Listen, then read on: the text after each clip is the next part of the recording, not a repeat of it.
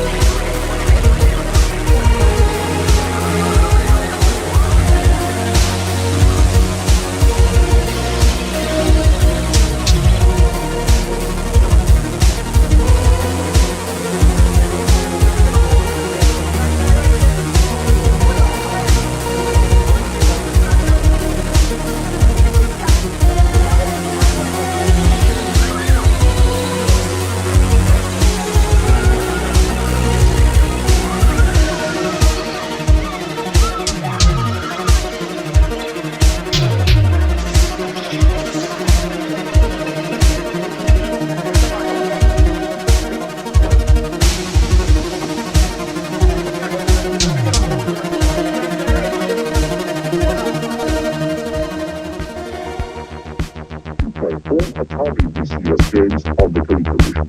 This must be the bargain of the year. There's an amazing parade of arcade quality games for this console, just right for those of you who love playing classics. Classics. Classics. Classics. Classics. Classics. Classics. For those of you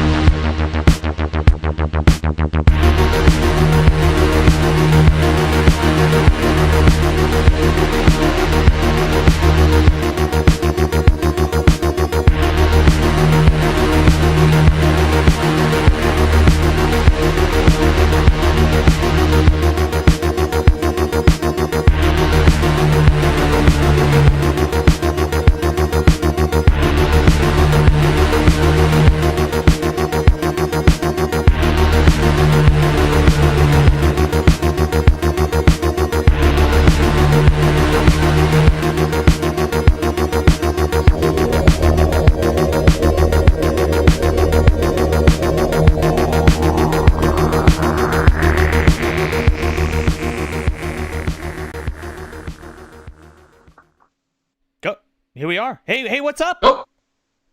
It's Movie Dumpster Live, unedited, very uncut, small. and here we are. Right? Look at this guy. He's a little too. Let's fix that. I'm very small. There you go. Look at that. Okay, okay, get him out of here. Get All him. right. Oh no. So what's shaking? What's cooking? Here we are. We got our season 3 wrap up. We're doing this live thing. We're testing it out, seeing how everything's going. And yeah, we're gonna talk about the year, the 87th long year of the year 2020, and we're gonna take some questions, and we're gonna talk about our escapades for the year. Who's that? We got Johnny Blue. Hey, what's up? Hello, sirs, and hello What's to going on, you. Johnny? Got Lucky Duck in there. How you doing, Rudy? We got Lucky Duck. We got Julie Lockwood in there. Oh yeah. Rudy with his court-appointed appearance. Yes. we actually sent him a ransom note. Yeah. That if he wasn't in the chat, I would shave his head. yeah, well, Lucky Duck would. Or we kill the duck, right? I was gonna say we just never have him on the show again, but that works too. I mean, that's entirely possible. Yeah. So yeah. I guess we can open this up and talk about this year, guys. What do you guys think? Like, just kick it off. All 85 years of it. All 85 years of it, yeah. I mean, it's so bad. I'm literally in the dumpster. That's how bad it was. The decade of 2020. Now here comes Rudy for people following along, already trying to drive us off the side of a cliff with the comment Pluto Why do you Nash, just amazing movie. Please. Just sync up the show in the first 2 minutes. What are you doing? Just get the Pluto Nash out of here. Dustin Elkins, how are you? There is no chunky chicken. There ain't no chunky chicken for you today, sir. I don't think so. But yeah, so this is a little weird for us because we usually, we're usually in closets. I mean, studios, recording this podcast. Professional recording areas. Yes. So we're Right, here. yard. So we're here, hanging out, doing this live, right? So, but yeah, 2020 was a fucking weird year. As far as the show goes, like it didn't really change too much. So like since season 1, we have all been separate. Connor's in Las Vegas, Sean's in New Jersey, and I was actually making the transition from New Jersey to PA. So the show never stopped because we were able. We've always recorded it individually and put it together in post. So. It's been unfortunate to see some of our, our friends' podcasts and things like that, that couldn't get together and couldn't do their show, and that really sucks. So me personally, and I speak for the guys, like, we're pretty fortunate to be able to just keep making this content, especially for you guys that wanted to, that has kind of used it as a sort of like escape, for all the bullshit that's been happening. What bullshit? It's so quiet lately. I don't know what you're talking about. They're so bored that there's no news. Oh my god. Okay. Sorry. I'm looking at the camera so I can like engage with you guys, but I have to look at the screen so I can see what's cooking here. We got Leo kicking up here. He asks about the Three Musketeers 2011 movie. I've never seen it. He's already coming from places I expected him to come from. And of course the show is Granny Van Dam approved. She's secretly funding it. Oh, well, yeah, it's true. She's got that fucking cheddar from those brothels, dude. Her and Cloris Leachman. DVD PR machine. Yeah, absolutely. Hi, Sarah. So yeah. That's pretty much. That's pretty. I mean. Geez, what else can we say? I really don't want to. Everybody, bye. Yeah, well, see it. No, I don't want to make this like a political thing, so I really don't want to talk about the goings on. Everything's pretty unfortunate, and we're here to lighten the mood, if you will, and shed some light at the end of the tunnel. But yeah, we wanted to talk about if any of you have been buying merch from the store. We've noted we had a couple of you DM us with a couple of indiscrepancies, and we just wanted to say, like, if you have any problems with your merch, just DM us directly, and we will take care of you, no problem. Again, everything's kind of new. We're walking through this process. The new store, the new products, the new live stream thing going on. Everything's very in its infantile stages, so we're working out the kinks. For lack of a better term. So if you have any problems, just let us know. And thank you so much for everybody that's bought stuff. I mean, blew our fucking minds, to tell you the truth. So that was pretty rad. Yeah, especially day one. Get on with it, boys. Who do we got? Tim Hannabomb from Facebook. A nude store? We haven't opened the Movie Dumpster OnlyFans account yet. Stop jumping the gun. You guys want that? Yeah, sorry, I just realized I was muted. Oh my god, I'm like saying like jokes one after another here. No one's saying anything. I was looking at Sean and I'm like, I see him moving, and why isn't he talking? I had to move something, so I turned it off. And there you go live, folks. Uncharacteristically timid. Okay, let me go back to the jokes I said. Let me re-say them for all those non-lip readers out there. Wait, fuck it. Wait, start the whole show. Cut. Start the whole show over again. I just wanted to say, because Dustin Elkins mentioned a nude store. I mean, if GVD's involved in some capacity, I think that's going to be an inevitability. It always is. Right? Like you said, we don't want to make GVD. We don't want her mad. No, you know what? When that woman gets mad, you better watch out for sure. Yeah, well, especially she'll get you every time. Outfit on. Yeah. Or her mechanical wheelchair that comes loaded with lots of hidden weapons. We haven't gotten there yet. I didn't say where it's from. So this again, like, this year's been fucking nuts. I mean, we've talked about it on the show a little bit, but like for those of you who haven't maybe or missed it or haven't heard it in a while, but like, man, we fucking opened up with a banger. We opened up with Pumpkinhead 2 this year, with Tony from Hack the Movies, and yes. That Tony. Yes, that Tony. Hack Movies. Okay. Who? Now I know you're So yeah, that was that was a lot. That was a ton of fun to do, and that was like one of the first that was the first guest we had for this season. So that was pretty rad. Pumpkinhead 2. Introduction of P-Head to the MDU. Oh yeah, and Dr. P-Head. And Roger Clinton as well. Yes, and the return of Andrew Robinson, of course, from Child Play 3. Uncle Frank, can't miss him. Gotta bulge you up. Oh yeah. Presto. Presto, you pumpkin head. Rudy, it's probably weird seeing me with a flesh suit too, seeing as I'm usually made of, plastic bones. Yeah. Go ahead. I was just gonna say, how's the audio for everybody? Because being told there's a slight echo on mine and Connor's audio, but an echo or reverb? Reverb, I suppose. That's because you're in a big room, maybe? Yeah. We'll it's possible. We'll have that taken care of next time, but thank you for letting us know. We're figuring it all out. Yeah, Rudy, it's weird for us. we got on before and we're like, "Oh my god, we can see each other." We're talking to each other. And I kind of love it. Actually, you know what? I don't know, guys. Maybe I don't think I ever want to do this again. Well, no, I'm kidding. I know you did all this work to make this happen, Joe. But, I know. It's been fun.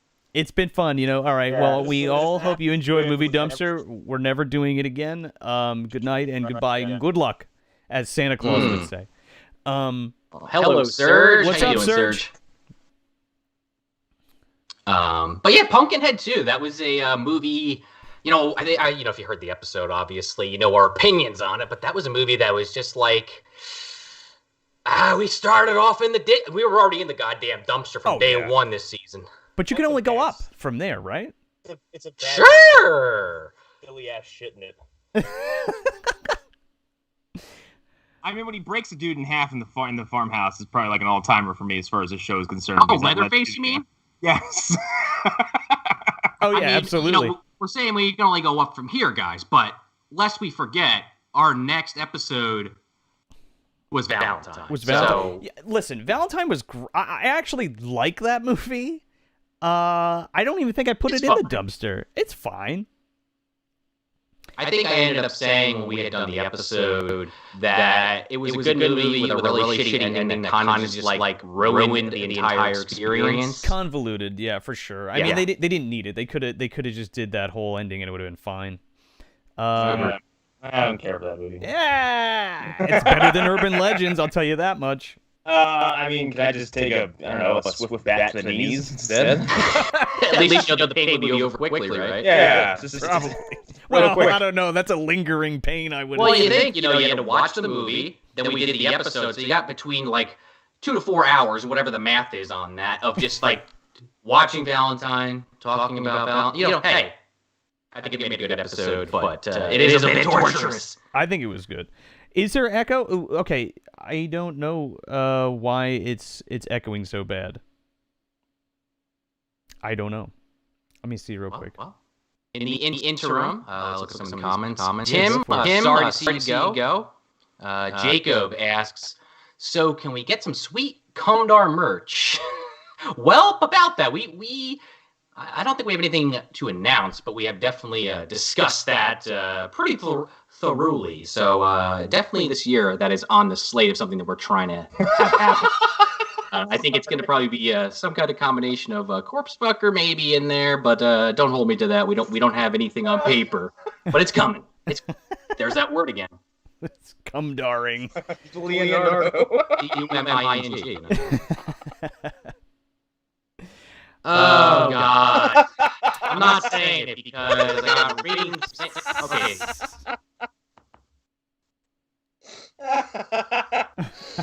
Oh, you're a gemio. La Llorona, I think it is called, if I'm not mistaken. Yeah. Trying to figure this audio thing out. I was put on the spot. I was trying to think of a movie for our episode of something that I had seen that I wanted to call out. It's a good movie. Check it out again. It's with Linda Cardellini, I think, and Cardellini. Forget that. Cardellini. I am the worst with names. I hope I'm sure people watching this know that by now. I think I could never say Joey Pants' last name right to this day. And I forget his name, but Tuco from Breaking Bad is like a shaman in that movie, or like a I don't know what you can consider, like a healer of some kind or a white witch. I forget exactly. It's been about 9 months since I watched it, but he's good in it. He is basically the exorcist of the film. And while I'm not wearing skin today, this is just a hologram. Yes, sir. Fun fact, all your Patreon money goes to the idea that we can maintain this illusion I have skin. Yeah, I'm sorry. I'm really sorry about this echo thing, and I really don't know. If I do this, can you still hear Connor and Sean?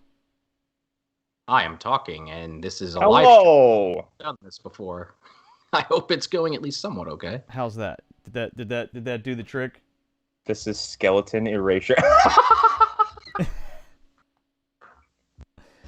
Okay, how about that? Skeletal cultural genocide. I don't know why you guys are echoey. Good question. Okay, wait. Like this? How's that? Is that fixed? Okay, I needed to mute one of your channels. I brought both of them in, and one needed to be muted. Oh. There we go. Fixed. Hopefully that was not why Tim, left the stream. But hopefully now that Joseph will be what more a bunch of Oh yeah, what? The fuck yeah. They totally told us up front that they never fucking did it before, but fuck them. That is what it is. But we're glad we fixed it. He sure is. Jacob, you're right. Rawhead Rex is God. Joe is in the scenario. John Hurt is God. He'll be making an appearance. Don't you worry. Somebody? Possibly. Oh, count me out. Yeah, our bad. I think when you said echo, we just assumed because me and Connor, we rooms, we just thought that's what you meant. Yeah, I couldn't pin it down, and then I had to run. Again, I'm getting used to this stuff. I troubleshooted it as much as I possibly could before we started getting this going. It's been a busy week, folks. So sure. I mean, I'm in the dumpster, so you're lucky at all that you can even hear me. Just pulling random sodas out of the garbage and just drinking them. I hope I don't get any COVID out of this. Maybe you're in the COVID dumpster. Yeah. It does look like you just reached over and grabbed from a pile of stuff. Like just You just like gotta that? get something over here. The Baldwin statue's in here somewhere. I'm not looking for it. You can keep that shit. I don't need it at all. No. So what was our next movie? Aberration. Oh man, and we got to interview Simon Bossel for that. That was so fucking cool. Oh, God. Sorry. Do I? I think you were sick or something that week. I think Yeah. So last December, I came down with it was the end of December. I came down with this like absolutely heinous cold. I couldn't talk for like 4 or 5 days. I had just garbage coming out of my face, and it was all during the process in which we're planning season 3. So I missed an interview. I missed the initial call for the mapping the movies out. I missed some days of work. Yeah, I was miserable for about 2.5 weeks. Yeah, and even though that episode didn't come out till February, we had recorded the interview earlier because that's when Simon was available, all the way from Australia. Yeah, that was such a crazy thing too. Like, we were just like, "Fuck it." Like, I mean, is he like still working? Like, maybe we'll just give it a shot. Let's see if we can reach out to some people and get some interviews. And that was like the one that snowballed the rest of the season. But like, we were just like, what else can we give you guys that would be kind of neat to do? Like, not only a review, but how about reaching out to one of the actors or directors or what have you to give like insight on the movie and kind of just their careers. So that was like, it was a defining moment for us in the beginning of the year. I remember we were so nervous when we got Simon. We reached out to him, and I was going back and forth with him in email, and then we were so nervous when Sean and I finally got on to the call with him, and when it was over, we like hung up and put it all down, and we called each other like, "Oh my fucking god, we did our first interview!" So that it was really neat. So it was a cool memory. We have Hunter in here, Hunter Davenport. Uh-oh, here he comes. Asking, was this the Rick Sanchez version of Connor? And Serge follows up with Pickle Connor must be a thing now. Oh boy! All right, Photoshop it. Pickle Connor for president. I did a few Phantom Zone episodes. I think like the year prior with a very similar cough, and like the whole episode, I basically sounded like this. Oh, so you were Clint Howard for an episode? I don't know, man. Your podcast is over here. Your podcast is over here. When I swing the ding, you go. You lose your podcast. You lose your podcast. Yes, I'm a pickle now. Yes, it's fine. Could you imagine the pickle, but like it has hair on the sides of its head, but not on the top? Oh my god, I love it. Oh yeah, I'm Pickle Howard now. I guess it is. Whatever. And then he decapitates somebody with a broadsword. Sign me up. As a pickle. I'm like, I have like 3 different things I'm looking at. So like that, this is like, hi, I'm talking to you all, and then it's like, oh, now I can see my cohorts and the stuff. Well, I know we started talking about Clint Howard for president. Johnny, I mean, I don't know if I, again, what did we just say? You want to know my personal opinions on what's going on in the world? Just, you could find them. They're out there. But let's not keep talking about Clint Howard in any kind of political position. Yeah. You could look it up yourself. I forgot we turned Elijah Wood into a, what was he? He was a human trafficking, avenging spirit with a broadsword on Phantom Zone. Oh, I'm like, wait, I don't remember that one. Yeah, that was a Phantom Zone gag. The Good Son, after he got saved and they dropped Macaulay Culkin, he took on a new job in life. I can't remember how we got to that point, but we were talking about how I think him and Ashton Kutcher had been doing a lot of work for against human trafficking, and I don't know, for some reason we came up with this image of Elijah Wood with like a fucking claymore, just walking into like warehouses where these people are, just floating around, going totally into it. Oh man.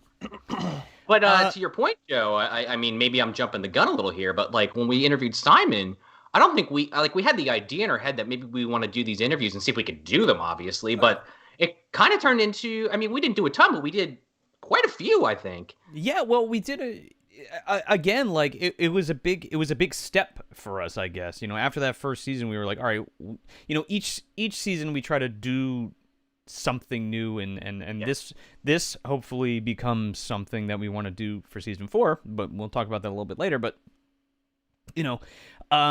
the prospect of being able to reach out to these people and have them as enthusiastic as they are, because I know you guys all listen to this podcast, most of you I would assume listen to the show, and it's like, oh, well, it's called Movie Dumpster, so you obviously shit on these movies. And that's not the case. And I really want to say it here that, like, yes, they are bad movies most of the time, but a lot of the time we really like these movies, right? And we're just making fun of it. It's a lot more interesting of a show to make fun and have fun with a silly film than it is to, I don't know, talk like what?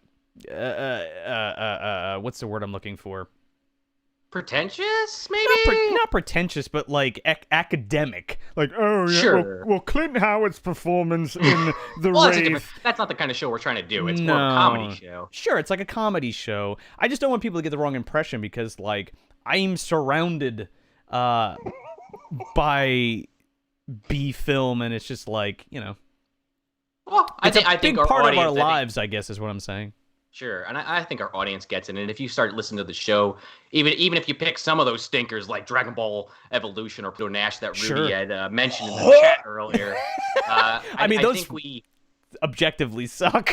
Yeah, I'm proud of those episodes. Don't get me wrong, but I definitely am with Joe where I like doing like on paper like poorly made films or films that generally speaking people don't like, but like when you watch it, you're like, you know what? There's something about this, and you get if you heard the show, we've talked about this in excess. Come back to. Go ahead. I'm sorry. Oh, I was just saying, but sometimes you gotta do those stinkers because they make friggin' great episodes. We think so. Maybe we're totally. You tell us that, but that's our feeling. Sure. That, some of those movies, like they have it coming. Mortal Kombat Annihilation is a movie that absolutely deserves to be skewered from every end of the spectrum. Like. We may or may not be talking about that new Mortal Kombat that's coming out. Can we, if a movie doesn't exist, oh my God, talk about a movie? No, I swear to God, we filmed it. Maybe. There's really a Mortal Kombat movie happening. We swear, and there's no trailer, set photos, concept art, or anything else resembling any kind of promotional material for this movie that's out in 2 months.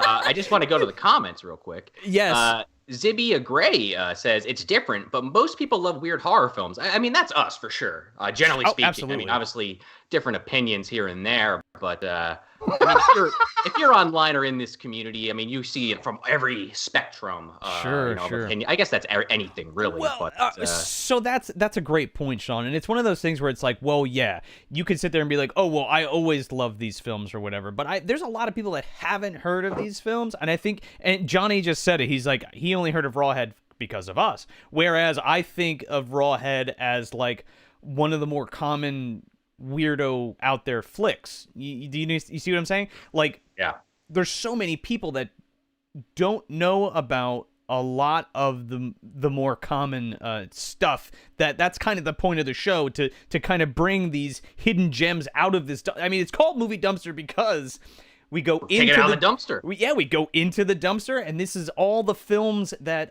people and critics and the general public have thrown away, and we kind of like we want to take them out and rub them off and be like, look at this hidden gem, Rawhead Rex. Yeah, we're gonna rub them off. We're gonna rub off Rawhead. We're gonna rub off Condor. I don't know if you can rub off GVD, but we're gonna try. Why not? Hit that fucking M in the boat there. Oh yeah. I just want to keep these comments coming. Sure. I apologize if I'm saying your username wrong there. I think it's mcrast3. Yeah. mcrast3.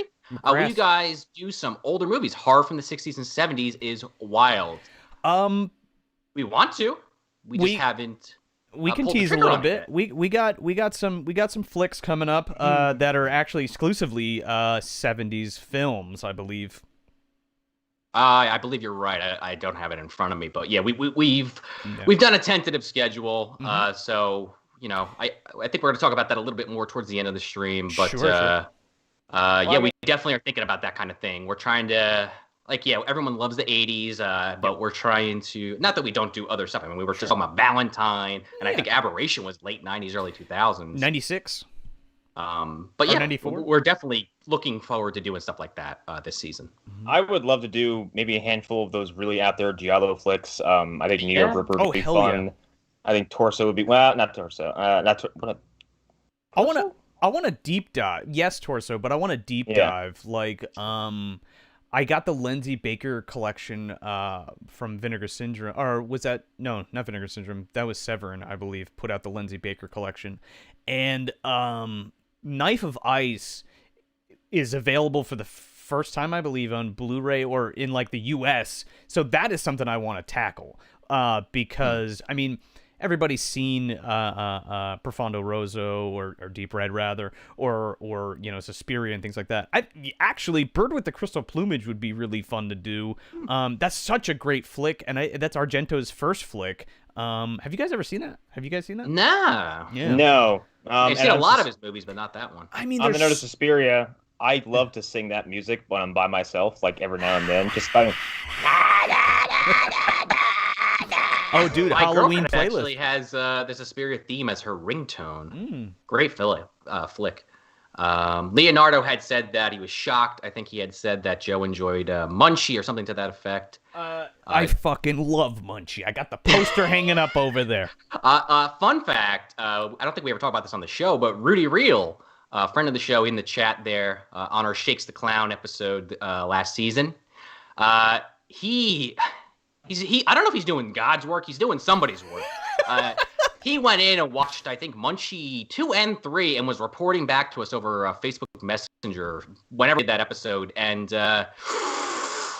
we have no plans to visit Munchie 3, but maybe we should. Yeah, I would assume in some so. capacity. The Autistic Gamer 89 just popped in. How's everyone doing? Man, this is starting to move fast, guys. Yeah. I wanted to address the question of dumpster. Is it a dumpster behind a slaughterhouse or a health food store? Is it a shared dumpster between both locations and both and Fox? AB Smith's in there too. Damn, everybody's popping in now. Hold on. We got let me just backtrack real quick. CB does say, "What did I miss?" Sorry, CB, you missed ritual sacrifice. And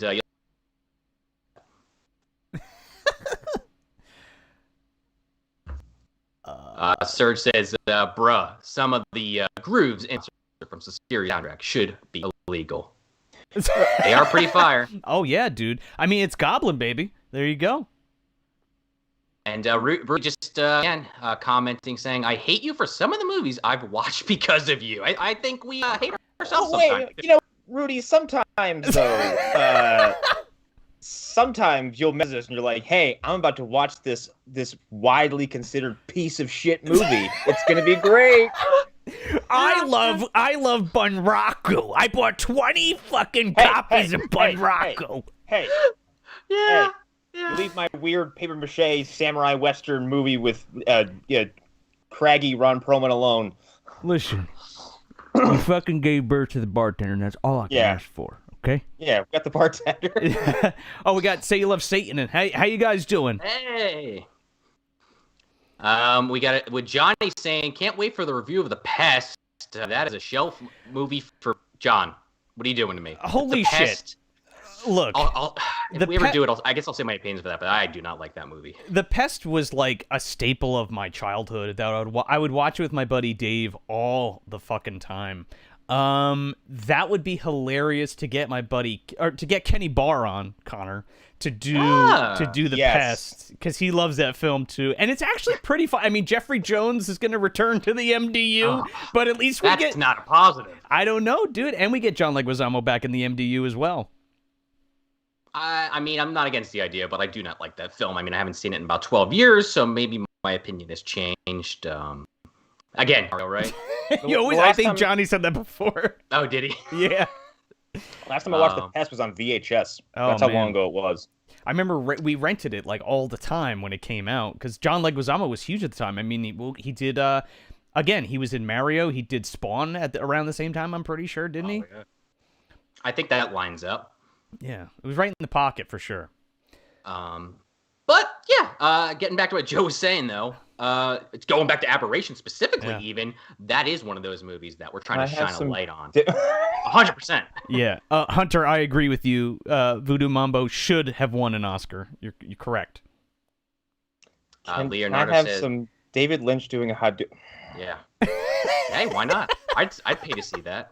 If Here, David Lynch here can do comes my dark Hadouken. if David Lynch, I don't know if you guys have ever seen this or if I talked about it on the show or not, but my friend Billy years ago told me about this video. It's probably still on YouTube of David Lynch, and it's just called Quinoa, and it's David Lynch making quinoa and explaining his whole process, how he's boiling it. He's got to grab the pot with a paper towel because it's hot.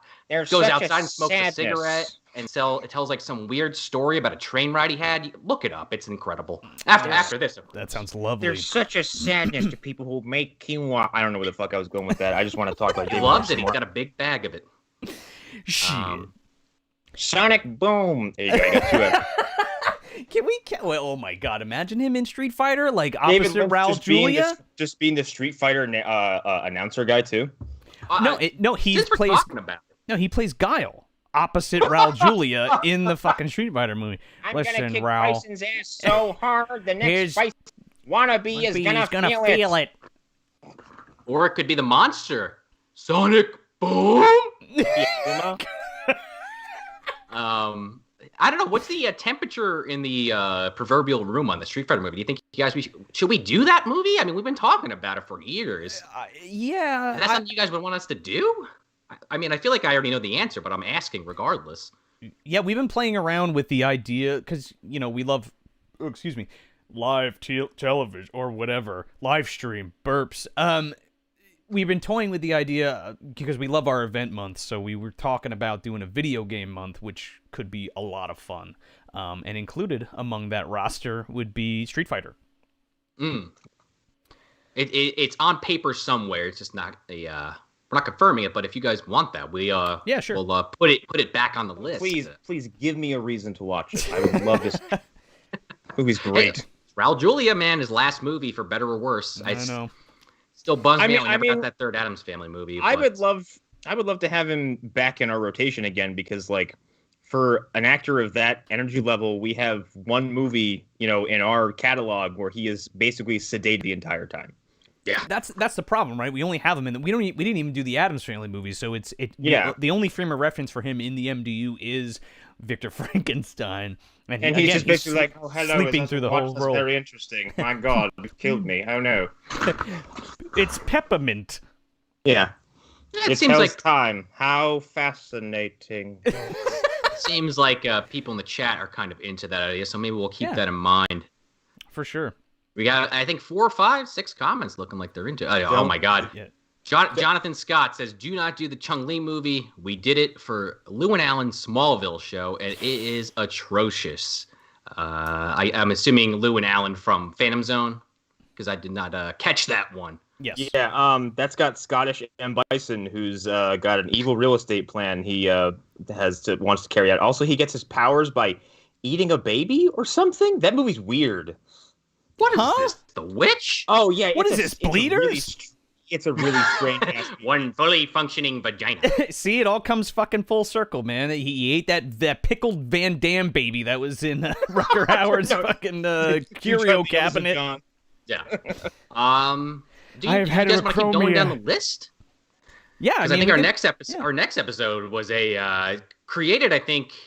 Okay, let me set this up slightly. So if you heard a wrap up last year, we did MDU Character of the Year. Yes. And I think we're going to get to that once we go through this. I think it's like 34 movies that we did. I mean, we don't have to bust everyone down. No. But there are some noteworthy ones to talk about. Lubden is one of those characters in the MDU. Yes. I'm not gonna say he's my favorite, but he's definitely like top 5 material for me personally. At least our version of that character, where okay. it's just basically just every version of Warwick Davis's Leprechaun is the same thing. I can't believe someone bamboozled Warwick Davis into doing essentially the same shit twice. Bamboozled motherfucker was like, oh, if you got the contract, I'm gonna sign it because I need money. Yeah. Have you guys ever seen Life is Short? Or I think it's either his reality Life show, right? It's either Life I think it's Life's Too Short. Yeah, the Ricky Oh Gervais no, it was produced. a comedy show. It was a comedy. Oh. It was like a sitcom, right? Dude, it's on HBO Max Who or else? whatever Isn't the somebody fuck else it's famous called. in that with him? Yeah, it's produced by Ricky Gervais. Ricky Gervais is Oh, in it yeah, with yeah, with yeah. the other guy, the writer. I always forget his name. Mhm. And they have like Helena Bonham Carter in it. Johnny Depp's in it. My wife. Val Kilmer's in it. Like, it's fucking hilarious. And it's so funny because in that show they make a joke. Warwick Davis makes a joke by bringing Val Kilmer to Ricky Gervais and like introduces him, and he's wearing a Batman mask. And he's like, guess who it is? And then he's like, Michael Keaton, George Clooney, Christian Bale. And he's like, no, the Everyone other but Batman. Kilmer. And then he's like, nope, it's Adam me. West. Yeah, Adam West. Anyway, they propose Willow 2. They propose Willow 2, and it's so funny that it's actually getting a series I know. How soon. cool is that? I'm fucking psyched, dude. I love Willow, like, so much. Do we know if I mean, I know it's like pretty sparse details, especially with COVID, but do we know if Val Kilmer's going to be in that, or is this just strictly Warwick Davis going on adventures or something? Dude, do we know details on Dude, that? I guess so. Val Kilmer might be really sick. Like, That- he's Yeah, I had heard he that. overcame throat cancer, and like the last time I saw him, he looked really bad. Not only that, so I don't know. I don't know if like a shooting schedule is in his best interest. he looks healthy, but like his voice is gone because he had the throat cancer. Yeah. Like, he sounds I- all I- fucked up. now. So that's but of course- unfortunate. On that happy note, a very unlucky Leprechaun, a movie that Joe wanted to do season 2, and I had to put my foot down on that one for some reason. To do that other movie that the name is escaping me now, that Disney Leprechaun movie. Oh, Luck of the Irish. Luck of the Luck of the Irish. Mhm. With Einstein himself, or the fucking xylophone guy from Henry. Pennyworth. Henry. Shit. Gibson. Henry Gibson. That's it. Yeah. From Monster in the Closet. Yes. There's a frog. There's a frog. I ever tell you the time I killed a frog? Have and, I ever I told found the serum of life. Have I ever told you about the frog that it was a leprechaun? Remember, your mother's a leprechaun. Remember that? Speaking of, it was in your C.B. father's Smith. pants. C.B. Smith says there's a series of Willow book sequels commissioned by Lucas, and he heard they are just the worst. And to top it off, Leonardo is saying, "Hey, wink, wink, maybe some content for your channel." That is There you on go. the money. They can't be any worse than the Ewok movies, which we probably should do. That's what we should do. When the Willow series comes out, we should make sure to do one or I think there's 2 Ewok movies. Battle for Endor and Caravan of Courage. We have to do the one where in the first 10 minutes, like several good characters are just offhandedly murdered. We got to do the one with fucking oh my god, his name just escaped me. Yeah, Wilford Brimley. We gotta do that. He's not Goddamn the one. rabbit. That's the one where like it opens up with a fucking massacre. It's ridiculous. Yeah. I was gonna say the Willow books, Hunter. You'll be with me on this one. I'm sure they're better than the Resident Evil books. Dude, the Umbrella Conspiracy was great. Yes. And that's it. Crass 3, he says the Ewok movies are classic. I think maybe some of us would agree, not me. Johnny Blue. Thank you, Johnny, for this compliment. I forget who said this. Probably this might be a Joe joke if I'm going to guess here. Does the carpet match the drapes? Best line from Luck of the Irish episode. I can't remember what the joke was. Probably because his hair turned orange. I think So does his pubic hair turn orange? I mean, come on, right? Oh my god, my favorite thing from that I laughed for days after that episode with Sean's joke when he's joking about the mom getting shrunk down into a leprechaun and jerking off the dad in the car. I completely forgot about that. You know me. I It mean, broke we're not me for afraid to do dirty days. humor on this show. I think we even had a joke on our Ernest Scared Stupid episode. We were talking about Condor and cum so much. Even Pissy was like, wow, that's a lot of cum. It was a lot of cum. I mean, the cumscapades will continue. Don't you worry about it. Don't you worry about We it. already, if we ever do the stuff, we already have groundwork ready for that one. Okay. So Johnny confirms it was the mom's hair. Oh, Yeah, okay. I'm pretty sure the it does. mom's Yeah. hair, okay, yeah. Right. Oh, right. Yeah, because she started turning into a leprechaun and she shrinks. Right. And that was such a weird thing because we were like, wow, we had Tony on and we had Simon do the interview and it was such a strong thing, and then we get to March and we got our St. Patrick's Day episode out and we're fucking feeling great, and then everything went to shit. Yeah, and it was just such a bizarre thing because we were talking about that too, and we're like, oh, didn't we do that like last year? I mean, now it's last year, but like at the time, and it was only like a couple months later. It's just nuts. I also got we got our oh no, wait, that was the year before when we did Luck of the Irish. There's a pub in Easton called Porter's Pub, and if you drink 60 beers, you get a mug, like a pewter mug. So my fiance Julie and I had been going there since we moved here, and we got our mugs on St. Patrick. Like I remember vividly, like uploading the Luck of the Irish episode, listening to it like on the way over to the pub, and then we had like Irish breakfast with like bangers and mash and blood pudding and shit. It was awesome. And then we got our fucking mugs on St. Patrick's Day in the pub, and it was like they announced it and shit, and like everybody was going crazy. It was a lot of fun. So that's a really good memory. When you said 60 beers, I thought that meant like in a sitting, like come in, drink 60 beers. We'll give you just this mug.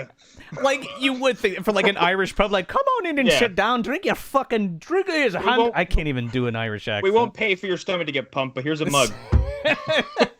Just shove that corned beef and cabbage down your gullet and just hopefully you make it out the door. There you go, man. But of course, after Love done, fucked the hell out of that starfish. Making shamrock shakes, trying to hide it from GBD. We all know that's hers originally. We moved on to a movie that I personally was not a huge fan of, The Boneyard. Well, we did get Ali Oates out of it, so I'm pretty happy about that. This confused me so much. I want to come back at you with this because I don't know why you hate this movie. It's so fucking good. Go back and listen to my critique at the end of that episode. The acting's horrible. That's the big one. The acting? Out of all the movies, you thought that had the worst acting. I didn't say that. I'm saying it had bad acting. I mean, okay. I a few others for sure. I think it's hilarious that we watched that movie right around the time that The Undertaker had a fucking Boneyard match at WrestleMania with AJ Styles. That was funny, too. Didn't we make a post about that? I think we did. Or you mentioned it. Something like sure. Yeah. Where he murdered AJ Styles by burying him alive and killed Carl Anderson and Luke Gallows by, like, throwing him off like a building and they exploded or something. Some shit. That was when they couldn't have people in the arena and then, like, they just took it out to the streets or whatever and shot a mini-movie or something. It was the birth of the cinematic WWE match, which they've now beaten to death because they had Randy Orton burn Bray Wyatt alive just in the middle of the ring. Because I can't talk about this nonsense. Serge and Julie both said they liked the Boneyard. I know I'm the odd man out for sure. I just thought that was funny because. Go ahead. I like it because a woman named Poop and Plots turns into a giant fucking troll at the end of that movie. Sure. It just confused me because I thought you would be more into it. That's all, like with Kyoshi and all that kind of stuff. I don't know. I guess it's not for everybody, for sure. I mean, I like things about it. It's just was not for me. Yeah, but Ali Oates, the landlord of the MDU Wizards, of course. We got to get her back on the show. She hasn't come up lately. She's been, I guess she's been busy. She's probably got a lot of cases, finding a lot of those ghost children, not able to. I think help the Wizards with their troubles per se. She has to raise her son, DC's Ragman. So I think she has to like reverse the Grimace thing from going through that fucking washing machine. Yeah, of course. If you saw the MDU Monday for that several months back, I don't even know what episode we talked about that because we're insane. There's the lore runs like deep. The search says, there's a werepoodle in that, so I get it. I totally get it. I forgot all about the fucking werepoodle. How do you forget? It's on the fucking cover. That's the main thing. I forget what I did at work yesterday. All right. And then we rolled right into. I already brought it up once on this episode. Yeah. It's the Clown with guest Rudy Reel. With Rudy Reel from Lucky Duck Entertainment. Yeah. Hey Rudy, here's your moment. It's like It's funny because like I had never seen that movie until Rudy brought it to us. Did you guys see it before that? No. I think we talked about how we had all kind of been surprised we never saw it because we all enjoyed it. Yeah, for sure. I've heard of it when it's discussed among like Bobcats films, but I had never seen it until we watched it, obviously, and that is a bizarre but really enjoyable dark comedy. Oh yeah, Tom Kenny was fucking great in that. Johnny says, sorry, I just want to make sure we're on top of these here. He says, you guys did Pre-Hysteria 3 last year. Do you guys think there are any chances for more Moonbeam films to be talked about? I'm going to say yeah. Just like, okay, see Joe's wall over there? I'm sure there's a dozen of them over there at least, okay? Like Joe just pulled one off the shelf. Yeah. But Shakes the Clown, that was a lot of fun. We're going to have Rudy on again this year. We already talked about what he wants. Rudy, don't spoil it. We'll have to digitally slap you. But we're already in talks with him. And it seems like a fucking doozy. To Johnny Blue, too. We've been talking about this, too. I'm not sure how it's going to come out or when, but I want to tackle the Josh Kirby Time Warrior series. I'm really fucking excited about that. We were gonna do one for season 3, but we just never got around to it. So now I kind of want to do like a mini-sode series of the Josh Kirby movies because they deserve it. I'd be into that. Yeah. And then the next one. Okay. I want to talk about bad acting and a very bad film. Well, probably the movie I hated the most this year. Really? The Being. Okay. I can't say I hated this movie the most this year. However, it like I said before, a couple hours ago, we were kind of messing with stuff. Like, it joined an odd pile of films, either about A, an aborted fetus, or B, some kind of gross crawling organism that was attacking lots of undesirable people. Yeah, it had Ruth Bezzy in there. Buzzy. I mean, Buzzy. Yeah, it's true. And Jose Ferrer was in there too. I'm pretty sure. Yeah, we were talking about what was that guy? The main character was like Rex Coltrane or some shit. The guy who outran a train. Yes. Yeah, the triathlete that ran through. Outran a train. The man who sometimes he had narration and sometimes he didn't, and then it just disappears. I have an inner monologue. ? Now I don't. Now I will don't. address the screen directly. Have you ever seen the theatrical release of Blade Runner? Well, it's kind of like that, but not really. I just can't get over that ending now that I'm like thinking about it again, where he's like opening all that like gas or whatever to try to kill this thing, but like it doesn't do any. Anyway, look, watch the movie. I guess. I'm a big fan of Jackie Kong and her films, and I think The Being is probably the best of the bunch. And it was kind of, again, like we like to, in my opinion, but we like to play on like the holiday stuff. So that was like one of those. That was our Easter special movie. No Critters 2, that's for sure. No, nothing is really fucking hard. Critters 2, okay?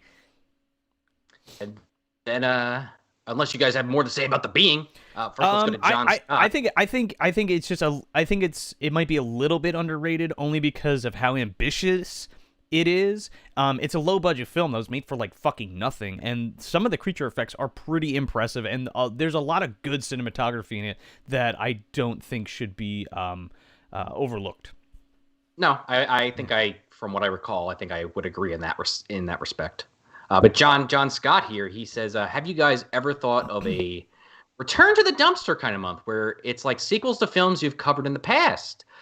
And he says like Wrath of the Titans, Munchie 2, another Ernest movie. And okay, this isn't a promise, but I've been on this kick with the guys, and I might have mentioned even on the show a couple times that maybe, not this year, but maybe season 5 for that 5th anniversary is the year we do all these good, bad, or in between sequels. Now we'll see what happens, but that's kind of my thought process, John. We're doing Wrath of the Titans, and they don't know it. I don't care. I mean, look, hey, you want to break that ratty shirt out again? Go for it. Still have it. It's over in a pile what's up, next Tone? To me. Totally. Yeah, we were talking about that. Like Sean said, like I would love to do for season 5 to do that. Like that's like Serge was saying, like Son of the Dumpster or Bride of the Dumpster or something like that, where we just go back and do sequels to all the movies we've done. Because Madea Halloween 2, obviously. Fucking kill me. Like, Well, okay, you know, it's a sequel to a movie we did, so it's on the table at least. man. Like I would love to The do, Demons 2 might be a good one. no, Demons yeah, 2 is okay. in regards to what Leonardo's saying right now, any movies more with Sam Worthington's. I wouldn't even mind doing a Worthing month where we just burn through any of his fucking movies just so we can find like his weird ass wooden performances where his accent slips and he screams all the time. Let me tell you something. There is a movie coming out, I believe, called it's something like Betas or some shit, and it's a fucking orca versus a great white shark, and Sam Worthington is the main protagonist.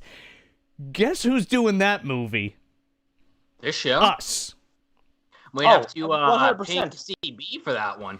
I think even I read somewhere that it's supposed to be the orca from Orca. I mean, okay. And the Side great note white here from the Jaw about series, that. even though I don't know which one. One of the fucking 4 Spawn that aren't actually directly related to the original shark. Sure.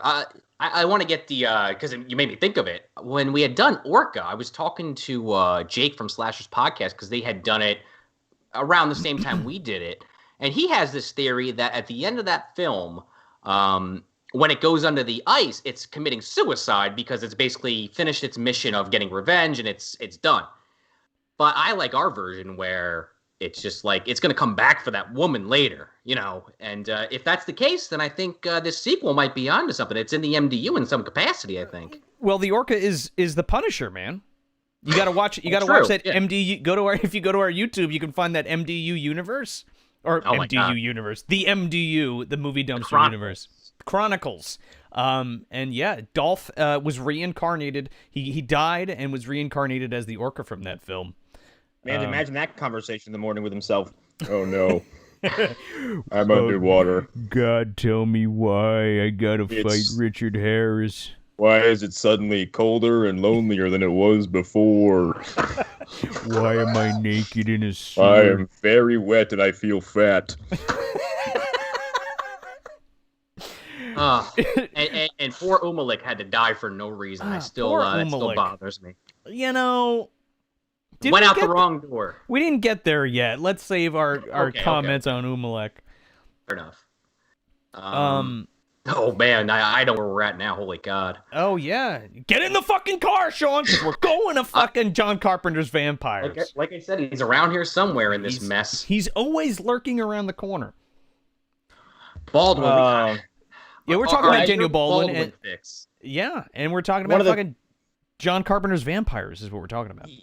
Daniel Baldwin inadvertently became like one of the patron saints of this fucking show, despite all impressions of him being a volatile piece of shit. I In and can't, out of his films. I can't even remember because Baldwin was inducted in the MDU in the first season. Episode 4, I'm pretty sure, was Yesterday's Target. Sean, did you suggest that? I think I just was so enamored by this can't weirdo remember. asshole Baldwin, Daniel Baldwin, that I was Yeah. like, we got to bring this back, man. We got to do another one. And then I found I was off of work or something, and I was on YouTube, just like looking for movies, maybe for the show, just like skimming, look at shit. Sure. And of course, because this is on YouTube, I found In Pursuit, and I watched about the first half hour, and I was like, okay, this is the next one. It's so like I I got love the it. DVD in the other room too now, so I love it I guess because I'm a super fan. I know we're supposed to be talking about vampires right now, but I love In Pursuit just because it's so fucking ridiculous. Like, Oh, yeah. like that is a B movie through and through, and it only makes it more hilarious because you have a lesser fucking Baldwin trying to be a greater Baldwin and fails completely It with also has this- Coolio. Yeah, it also has this quality where it feels like a really long episode of Silk Stockings, and you're like, what the fuck is happening in this movie? Yeah, I'm spit all over my computer. Thank you. I always think of that line from In Pursuit that Coolio says when Baldwin's like somehow able to have sex with his girlfriend in the jail, On the and ladder. Coolio comes in and he goes, All right, kids, I want to go home and have sex now too. Oh my god, I don't know. dude. That always pops in my head right now. It's the most awkward. I mean, just look. I mean, you could probably watch In Pursuit for free on like YouTube. It's or on something, but, YouTube. like, yeah, but like the sex scene between Daniel Baldwin and his like girlfriend or whatever. She's like some German model or something. I forget her name. They're like fucking on A ladder. an 8-foot ladder, like A-frame ladder.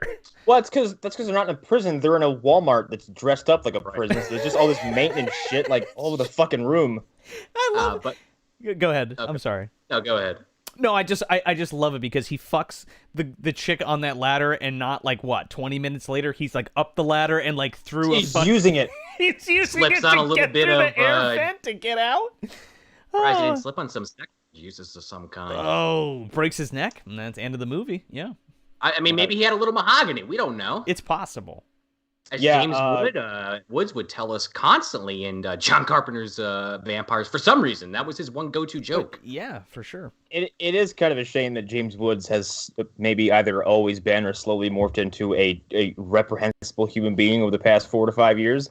Because his performance in that movie and like, if you go back and like watch like Videodrome, and he's amazing in Disney movies too. I He's know. a great Yeah, actor. like, You can't take His that away from the performances are guy. so goddamn good, and in Vampires, he's like this he's just a walking barb. Like every time he walks into a room, he's like, "Hey, I'm gonna verbally assassinate you." That's like that was like the end of James Woods, right? Did what was that? Casino. He's still doing stuff for sure, but not as much as. No. I mean the end of James Woods for me. Personally. Okay. Yeah, that's it. He died. Yeah, he died. Who? James Woods? Yeah. I was just thinking too with that movie, we had Laura Palmer in that Yeah. film, and just to really we joke about Baldwin being a creep, but like in that movie, he literally ties her down and essentially like threatens to get on top of her, from what I remember. So Excuse you. We cut back, and because she bites him on the arm or some shit, like, and then he becomes a vampire. But like, he punches her out, knocks her out, strips her naked, and ties her face down to the bed, and then leaves to go get some fucking fast food. And then he comes back. that's the hamburger bags. Right, exactly. We just cut right back in, and we have no context. She's just tied down to the bed naked, and it's like, what the fuck are you doing to this woman? And his explanation sounds like he was caught with his hand in the cookie jar. He's like, well, you see what happened was. You want this he's shitty also burger? the stereotypical character in any kind of movie like this that got bit and didn't say anything, and it kind of lines up. Yeah. Well, Man, he would be that guy in Walking Dead too. He'd be that one. Oh, who's yeah. I think we said hiding that a in the zombie episode. bite from everybody. Yeah. Like, just wait till I turn. You're all fucked. yeah. But then like he has some weird shit like towards the end of the movie where he like, I don't know what, like, is still friends with James Woods, so he's like, hey, I'm gonna go be a vampire over here, bye, or some shit. Well, James Woods is going to go after him, but he's giving him a 2-day head start or some bullshit like that. I don't know. I did not know that he played Lex Luthor in Justice League Action, and now I have to go watch some of those episodes again. But as far as John Carpenter's Vampires goes, it's like, It's actually not a bad movie. I think it's actually pretty good. It's not a bad movie, but like as far as John Carpenter movies go, it's not great. Like I think it's one of the worst ones. And we were talking about it in the episode too. Like it's edited like shit. Like it feels like scenes are missing, and they were just I don't know, fix it. I think we Especially were joking about them going on like coke and alcohol benders, and they were like, fuck it. Yeah. Well, the scene where Valak attacks the motel where all the hunters are at is butchered. It looks terrible. And he takes out that guy that I was calling Bullock, and that was definitely not the name of the character he played in Dark Knight or Batman. No, and I'm like, Connor, how do you not know what I'm talking about? Like reaming Connor on that. He's falafel guy. He's one who steals that from the name. What's the matter? You kids don't like falafel? Yeah. I always thought he was like a Bullock-like character, but when I rewatched it after the fact, I was like, wait a second, he's not Bullock. He's the unfortunate guy who's in the opposite end of Swear to Me. He plays the same fucking guy in every movie. He's the same guy in 30 Days a Night. Yeah, like, same exact guy. He's in Sons of Anarchy too, which is funny because he's in that show with like Kim Coates and the guy with the scars from Braveheart and like 4 other that guys from the acting world. Where you're like, oh, I know all of you from various things, and you're the same guy in every single one of those things. That guy, the TV show, yeah, that guy. And then we Charlie, the star of that show, is also a that guy. It was around this time too, where we thought COVID, the lockdown was going to be maybe a month or two. We'd be back out and about, and so we put the word out, and I mentioned him a little bit earlier, but Jake from Slashers podcast, and we did the quarantine up. We went on their show and did House One, one of my personal favorites. I think Joe's. So can't speak to Connor, but I think he also enjoyed it from what I recall. And after that, Jake came on our show, and we did House 2, which, you know who came out of that? Gramps, baby. Hello. How you doing? Right now, Bippy. Bippy, right? He's in the dumpster somewhere in here. Oh, yeah. He's drinking a beer out of a baby bottle. He put himself there. He knows where he is. House is... Just cover me in garbage. I'll be fine. Well, good night. Yeah, just pulls himself in. It's better than these goddamn bandages. What are you looking for in the dumpster there, Gramps? Trying to find my Willie. I'm wearing here. I broke him right off of that lady. Try and take a nap, that's all. Oh, God. Close the lid. The people in the chat were saying maybe Connor's Pickle Connor. You don't want Gramps to get a hold of that. You're going to be inside the man. Oh, my God. Now the Pickled Connor joke is officially dead. Guess what we're doing? We need to have Gramps return to a video, and it's going to be Pickle Connor when he pulls his drawers down. There you go. It's happening. Brennan Lemune here says Valak is Terry Silver from Karate Kid 3. Are you just saying that like it's an MDU thing, or is that true? Because that character is a fucking trip in that movie. What's up, and Brendan? Side note,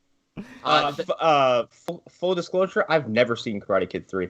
Yeah, fucking once. Is that the next Karate Kid, or was there a 3? That's Hilary Swank. I've seen that one. I've never seen the third movie.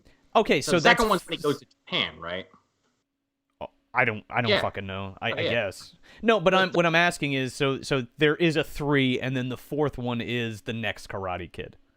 Yes. Yeah. Oh. And then now they have the TV. I haven't watched it. I've heard it's really good, Cobra Kai. Yeah.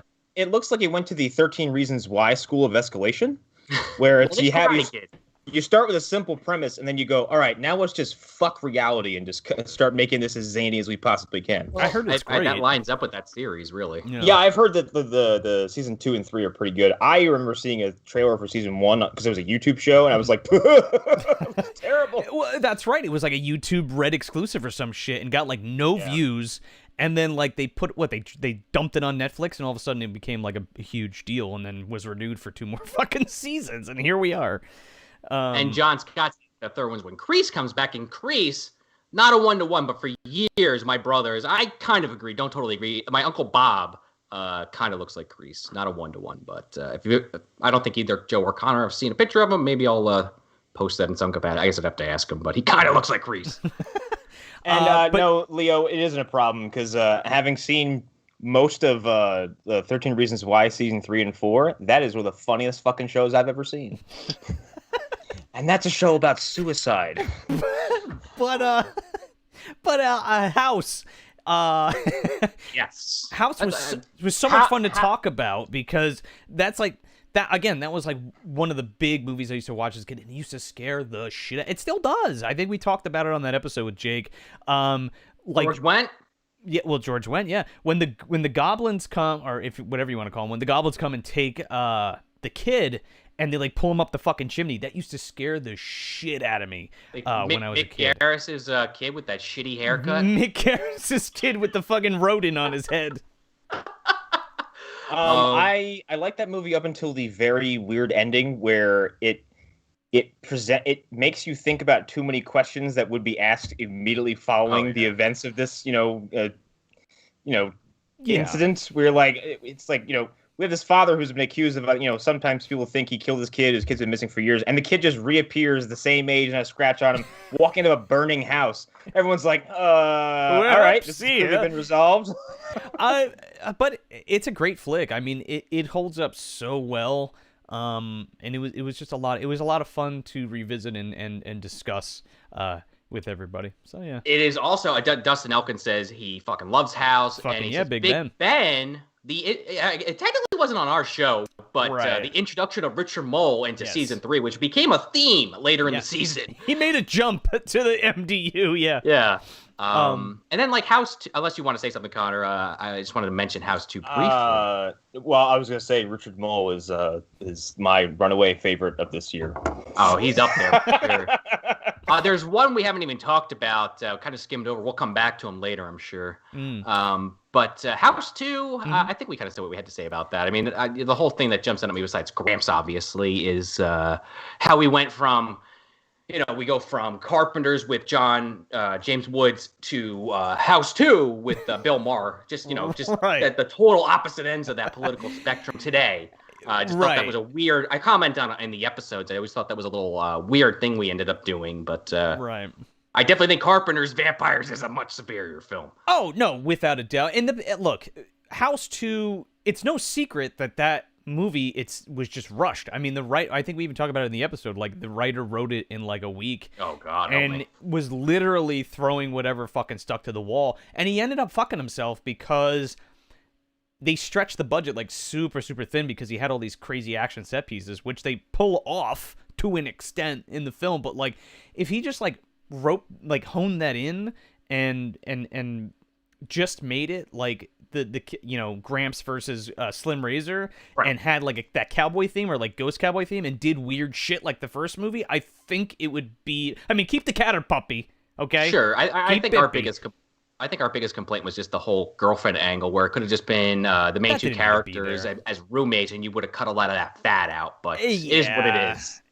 All that shit didn't need to be there with John Ritter's wife, who is criminally underused in that fucking movie. Yeah, what's her name? Yeah. Amy Yazbek, yes. Yeah. Mm-hmm. Obviously, famously from Robin Hood Men in Tights as Problem Child and Problem Child 2. Can I admit something on live air? Yes. I don't think I've seen either of those movies. Okay. I don't know if we're gonna do them for the show. Every time you reference them, I just am like, eyes, like, Child. Okay. It's what your eyes come out of your sockets. I know the puking scene because I've been told about it and looked it up, but beyond that.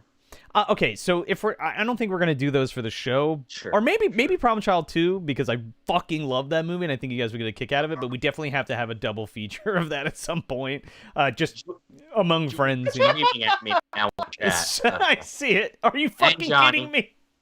Sorry, guys. I guess I'll have to rectify that. It's so good. John Scott says Joe's soul briefly left his body. True. Sorry, Joe. It's all right. It happens. See, now you can see what happens.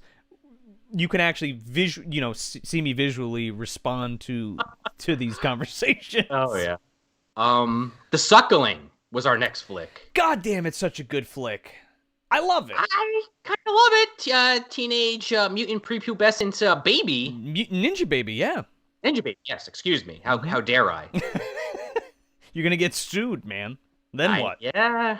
TCRG or whatever the fuck it's called. Well, that's our version, TCRI was the comics, and TGRI. Yeah, I was like TCGRI, TGI, TGIGR, whatever. Yeah. Because what is it? In the comics, it's like transcosmic, and they changed it for the movies to like transglobal, because they were like, we're not bringing the Triceratons or any of that. Fuck that shit. Toka and Reza, here we go. But yeah, the Suckling. Rudy Real had done a little fan art of that, which was pretty hilarious. Oh, we had man, on that Facebook. was good. And we might do something with that eventually. We've talked about maybe doing some stuff with the Suckling in some kind of merch capacity, but we've never pulled the trigger on it. So if you guys are into that, let us know, and we'll kind of look into that more. Yeah, I mean, yeah. I didn't care for the Suckling, but I only, I think, kind of care about the being, and they kind of feel very samey to me. Just, small toxic imps.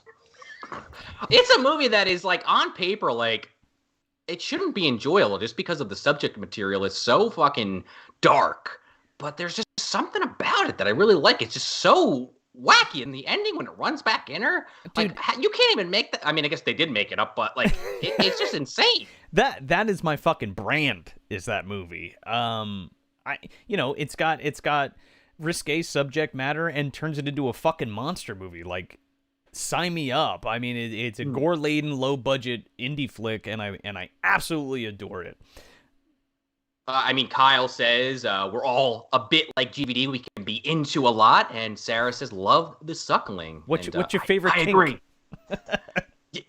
Getting ripped. All of them.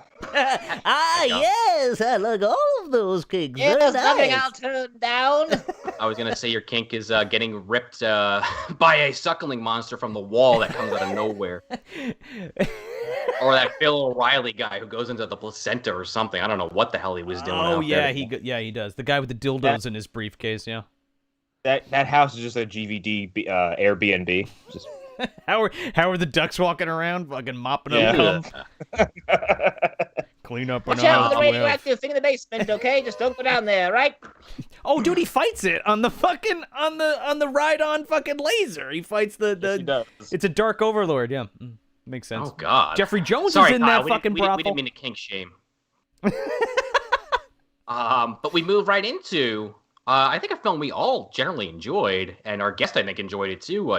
Dave DeForn, Davey Scaredy Cat DeForn. Yeah, he does all of our artwork. Yeah, all of our drawn artwork, like the hand coming out of the trash can logo and trashing through the snow logos, all the event stuff. The barbecue. Barbecue. The Meteor Man with Robert Townsend Such a good flick. and Darth Such a good Vader flick. himself. Yeah, James Earl Jones, baby. Listening to some That hair. Fucking hair. I found this to be really enjoyable because I didn't know, because we were covering Black Lightning at the time for Phantom Zone, and that was a very pleasant surprise for us over there because it instantly set itself kind of above the typical CWDC stuff that we were watching. And then to know that was like a huge, well, the comic was a huge inspiration for this movie, and not knowing that going into it and watching it going like, there's a lot about this that seems really familiar. We stole it. So that well, and then like there was this like Road of Discovery because I'm watching that and I'm like, well, this sounds a lot like Black Lightning. Like it has very similar names and concepts and ideas. And then like later on, Lou from Phantom Zone was like, yeah, Robert Townsend was in 2 episodes of Black Lightning. I was like, are you fucking kidding me? Oh. Yeah, you blew my mind with that one. Does he play anybody significant in that, or is just I just think like he's Joe a Schmo? character who has like a 2 episode arc, I think. Okay. That's cool. Yeah. Yeah, but that was so much fun to revisit. It's 90s as fuck, and like the Golden Lord stuff. Oh, Tommy Lister's in that. R.I.P. Just passed away. War Machine, which we really just for yeah. some reason did not really make a big deal out of. I'm still not sure why we did not. Don Cheadle's in it, and like I felt like we talked about it beforehand, but it just never came up in the episode. MCU Maybe and the MCU colliding. yeah. But yeah, that movie's just like a ton of fun. Of course, we had Davey on for The Punisher, which Yeah. we did the wrap-up last year. If you listen to that, my original plan when we did that was just kind of list all the movies off and then maybe kind of go through them individually. But we just kind of were just like, after I list off like the first 5, we just started talking about them. Yeah. So, Davey, if you're watching, we're sorry if we didn't mention you on that, but we had him on for Punisher and we had him on for Meteor Man, which I thought was great in my opinion. I don't know how you guys watching this feel, but where he had counted the amount of time that Robert Townsend's powers were working and how inconsistent it was throughout the film, and I love that kind of shit. Yeah. We're looking to have him on again this year. We don't know yet what we're going to have him on for, but it's in the works. And since he does draw all of our art, he's a big comic book guy, we're probably going to have him on for another comic movie. But we haven't talked to him about it yet, but we'll nail that down. What are you guys laughing at? I'm pretty sure Connor's laughing at the fact that Johnny is just like, oh yeah, Granny Van Dam should buy Rita from Power Rangers Castle and turn it into her brothel. And the flies from the Willies are there for security. I mean, Ed and Eddie. It's true, yes. Oh my god. Hey, Help there you go, somebody out. baby. And fucking Condor is already there. You did it. Goldar's outside, like, come on! Oh, here I am, Ranger. Just been replaced. I'm full of spunk. Here it comes. I mean, speaking of the Willies, that's next, and a monster interview we did. Holy cow! My goodness, what a ton of fucking fun that was. Willies is like top 10 movies for me. Like Desert Island Preach. movies. Not for like me, but yeah. easy for me to bring. It's just such a rewatchable, fun, cozy flick. And we have, I mean, despite the director and all that bullshit that went on behind the scenes, but Michael Ray Bauer, we had the pleasure of interviewing. That guy is such a genuinely nice dude. And we had a blast. We talked. Jesus Christ, we talked to him for what, 5 hours? I think we were on. Give or take. We had to 4.5 easy. Yeah, we had to split the interview because it was so long. And we did not expect that at all. No, and there's we're happy, we're grateful. But yeah, going in, no way did we think that was going to happen that way. It was like a super if you haven't listened to it, definitely check it out. If you're a fan of Michael Ray Bauer or Salute Your Shorts or even the Willies or anything that Mike's done. Or even just like if you want to know like a deep dive on how somebody goes from like the beginning of their career to their current state of their career. He pretty much goes through the whole thing up until we did the interview, more or less. Oh no, well that's the thing. Like it's a deep dive into Mike's career, and it's rich with stories and coming up as a young actor and stuff. It's really awesome, and it was probably a huge highlight of the year for me, for sure. Doing the Willies and getting to talk to Mike, and it was awesome. Dang. Yeah, it was also our first anthology movie. Yeah, it was. Broke that in too. Yeah. And we got Spivey out of it too. Oh yeah, we really just took the Gramps jokes really up to 11 after that.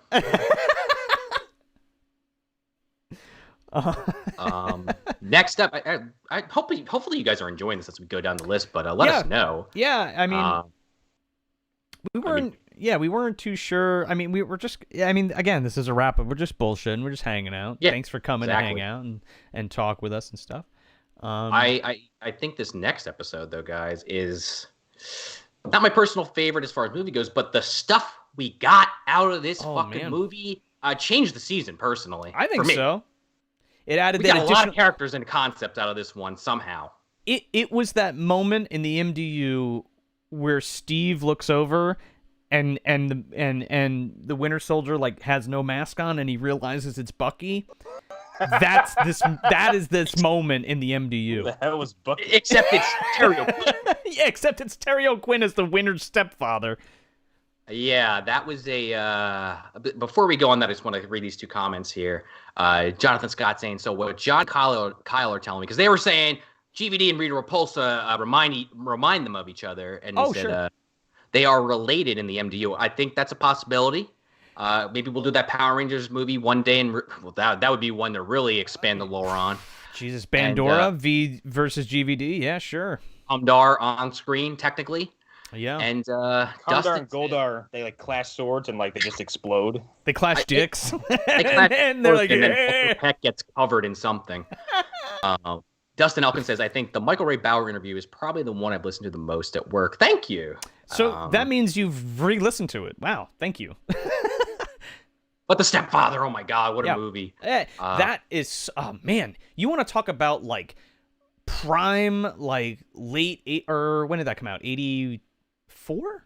83? I don't remember. But like, remember. It might even been 90s, honestly. No, it's not. It's 80s for sure. I'm like 99.9% positive. But like prime thriller, like so good. Like, man, that film is just the just from like the images to the acting to the way everything's put together is just so. Not only is it believable because you have to sustain, an hour and a half of why this guy hasn't been found out and like why hasn't this guy been tracked down or identified or what have you. And shit, I'm forgetting her name. Jill Sholin? I'm sorry? Jolene or Sholin, I think it is. One of the other. Yeah, Jill Sholin, yeah. Popcorn. Popcorn, yeah. Excuse me. Going throughout the film, like trying to, she knows something's off about him, but like can't put her finger on it, and like these little close calls, like it's just orchestrated so fantastic, and then and then down to like Terry O'Quinn's like freakouts and like personality changes, and that whole opening scene is just fucking bone chilling. It's such a good movie. Once he puts on that plaid jacket, you don't want to fuck with the guy. No, dude, fucking, he's gonna 2x4 you upside the head for sure.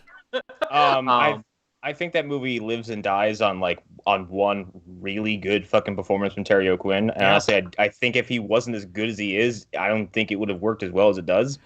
Also, when you decide to remake certain horror movies from this time period, maybe don't remake one where the advent of certain pieces of technology can totally shatter the premise. Right. Can you use Stepfather 2009? You can't do it. You fucking can't do it, okay? It just doesn't work right. And it's like not only movies that, like Castaway, I don't think would work in today's technology. maybe I can buy that because his technology. Google Earth, man, they're gonna find him on there somehow. So I think. Okay, you mean probably not? I'm really reaching for that well, one. I think they would have found him quicker if they were like, okay, well, the fucking plane crashed here, and he must be some whiz. He wouldn't have had to make a raft and dodge fucking whales in the Pacific Ocean. Sure.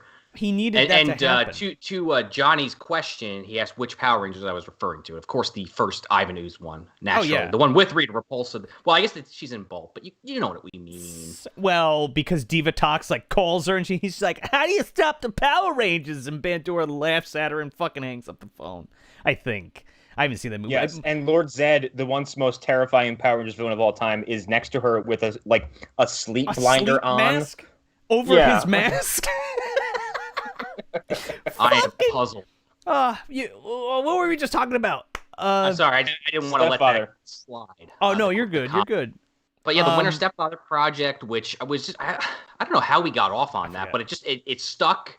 And we just kind of kept bringing it up over the course of the season, and I had a lot of fun with that. Well, I've had this, insistence on cramming as many famous comic arcs or stories into all these episodes. That's how we get, the Winter Stepfather and Reign of the Santa Clauses. Yes. And the Discipliner, going back to that Punisher episode. Fucking Discipliner, yeah. Oh yeah, man. Character. Well, he shows up in the Stepfather again. Yeah. Yeah, this is the debut of the Discipliner, who's the half-measured. Yeah, the half-measure Punisher. Before we move on, I just wanted to say, the Stepfather remake to the original is just not only is it less believable, the remake, because of the technology and what have you like that, but Terry O'Quinn literally goes through a full physical transformation, and the guy in the remake takes some contacts out and gives himself a mullet, and that's it. And it's Terry O'Quinn is bald, so he wears a wig and then fucking glasses and has a whole full beard and shit. And it's just he becomes Ned Flanders at some point to cover himself up. It's insane how different he looks from one guy to the next. And in the remake, it's what? You're not even doing that good. You know what I mean? No. I don't know. You're relying on the stupidity of everyone around you, aren't you? Nah. Okay. Yeah, April O'Neil's I know that's the guy because he didn't fill out his social security number on his taxes or some shit, and it's fuck you! The guy just looked like the guy.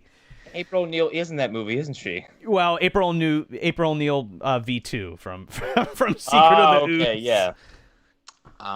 So then we get Uninvited, which came in hand with our Graydon Clark interview, which was another, not that the Simon Basel one wasn't. I'm not trying to downplay that because I thoroughly enjoyed Simon's time with us. Sure. But the Graydon Clark one was our first interview with an actual director and getting that look at making of a film. Yeah, that was interesting because, again, we had only up until that point talked to actors and their kind of perspective on what they were doing, and it was neat to see. Oh, excuse me. It was neat to see or hear rather, the director kind of put his take on what he was going for and working and how he's talking to his actors and things like that. So that was cool. Using his pool in his literal house to film the end of Uninvited. Yeah. That is incredible to me. I would have never fucking knew that unless he told us. And I forget who the DP was on that, but Graydon and the DP fucking crushed that so hard because I would have never known the only thing that sticks out in me in that movie as a bad effect is that fucking boat when it's like on the when it's like in the pool and it looks like a toy boat. That's the only one that's bad. I asked him about that, but I don't think he either wanted to answer or misunderstood the question. I wasn't gonna be like, "Come on, Graydon, come on, what's going on with that fucking boat?" You used a fucking toy boat, didn't you? But like the whole story, listen to the episode or the interview rather. But like the whole story about how he got the yacht to shoot on and shit is fucking insane. Crazy. It's really really interesting. And then he even talks about one of Connor's favorite MST3K flicks. I couldn't believe that he was the guy who directed Final Justice, which is like easily the top 10 Mr. Sense Theater episodes. And then it instantly brought me back to middle school, and that's why I brought up my friend Sarah's name. Hi, Sarah. Hope you're watching. And then to ask him about, and then to hear like just one that Jodan Baker is like the nicest human being ever. And then to hear that story about the that very Italian actor during the ending when he gets shot and he gets up and he's like, "What? No new robe?" And Graydon Clark's like, "Wait, we're on a budget. What are you talking about? You don't get new clothes." Yeah, Rossano Brazzi from fucking Christmas That Almost Wasn't. Yeah, Prune himself. And then, of course, the actual movie with John Hurt's cat. The uninvited BOW, more or less. The fucking Xeno kitty. Mad Cat, yeah. Biting the shit out of George Kennedy's leg. He gets fucked up in that. And like I thought that was interesting too that Graydon talked about where, you know, him George Kennedy fucking always forget his name. Clu Gallagher obviously and Alex I forgot his name, but the main guy, the sleazeball with the mustache. I forget his last name. Alex. Hank Scorpio. Yeah. But like he that was one of the first times that it kind of Graydon put it into perspective for me where like these guys were way out of their heyday of acting, right? This is like getting this is like Ed Wood, Bela Lugosi kind of shit, you know what I mean? Oh yeah. Sort of. No, you know? sure, yeah. And that's how you get uninvited, you know. Yeah, I also like that they take this, gigantic actor in George and just have him, scream for most of his fucking screen time while laying on a couch and just sweating. Like he had knee surgery and he couldn't walk. Whenever he was telling us just like, all right, you fucking lay on the couch and just yell in agony. Yeah, there you go. Done. I was also on an episode of Phantom Zone around the time we did this. Yeah. It's specifically one of their After Dark episodes. It was kind of like, I don't know, how would you describe that, Connor? Kind of like go around the room, see what people want to talk about, and just kind of bounce ideas off each other? Or do you think that's an unfair description? After Dark is basically when we don't have a central topic and we kind of just want to shoot the shit, or we're going to talk about all the news. And this year has been, like, because everything just keeps fleeing the season because of COVID, like, all of our After Darks are like, well, everything's still fucking falling to shit, so what do you want to talk about? Well, I was on that show with Connor and Hunter and Arlen and Eric, and I had told them about this. But if you didn't hear that episode, Graydon Clark had sent. I bought a copy book when it came out, and a copy of that movie. What was it called again? Final Justice. Yeah. This guy's a trip, man. He literally must be printing these out of his fucking computer and mailing them out of his garage because it's like writing in Sharpie on them. It's just like this printer paper ass like cover. The back's not even have any color, and the actual CD is a DVD-R for the movie.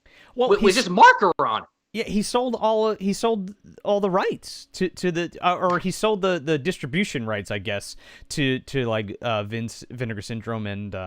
I believe Shout has some of them too, but like he sold his whole catalog, but he still like bootlegs his own movies, kind of, which I think is so charming. I love it. He was like, no, just buy it from me. I'll just send it right to you. Just send me the $20. Yeah. No, great.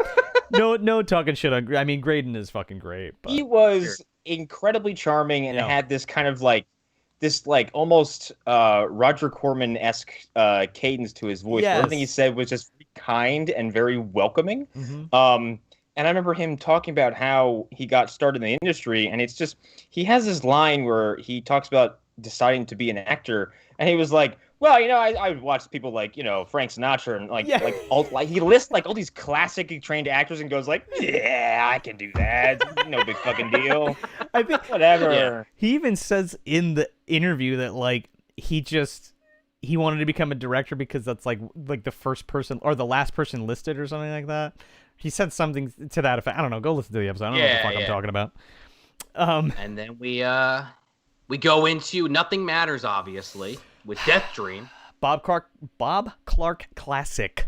So good. Death Dream. Predating Black Christmas. Yeah, man. And not Bob Clark's first or his first rodeo with Alan Ormsby. But what was it again? I forgot what it was. It was Children Shouldn't Play with Dead Things, Deranged. Yes, I think. And then, or no, that was Tom Savini. I think this was the second collaboration between Alan Ormsby and Bob Clark. Right. Death Dream, a.k.a. The Night Walk, a.k.a. The Night Andy Came Home, a.k.a. Death Dream. Did I say Death Dream already? AKA Nothing Loses, starring Jaleel White. Yeah, and Nothing Matters. Dr. Loomis and John Saxton. Oh, yeah. Again, obviously. Again, jump on that fucking YouTube and check out the MDU Chronicles. I love this movie and Black Christmas. I love that Bob Clark can swing from something like A Christmas Story to one of these films, and do so really effectively, because between this and Black Christmas, like, there's some like real biting seriousness to his horror films. Oh man, Bob Clark is one of those guys. He's like once in a few generations, right? I mean, I guess you could put him akin to like Christopher Nolan or something now, where his storytelling and his visual storytelling is just so fucking good. It's so tack sharp, and there's very little room to raise questions about, like, oh, well, why would they do that, or like, well, that doesn't make sense, or what have you. And not only make it like real, but interesting to look at, and what's the word I'm looking for? Just it makes it hit. It makes it hit fucking hard. And like you said, Connor, especially Black Christmas and like what that deals with, because he hides all of those social commentaries under there with like a finesse that I feel like is unmatched. Sure. Especially because that film, like Black Christmas, at its core is an empowering woman movie, like a strong woman movie. Like Olivia Hussey has to wants to get an abortion, doesn't like her, basically telling her controlling boyfriend that she's not going to marry him or have his child or anything because she has her own aspirations, and all that's out the fucking window, which was unheard of at that time, or not unheard of, but not put under a fucking microscope or even examined really. So like Black Christmas, yeah.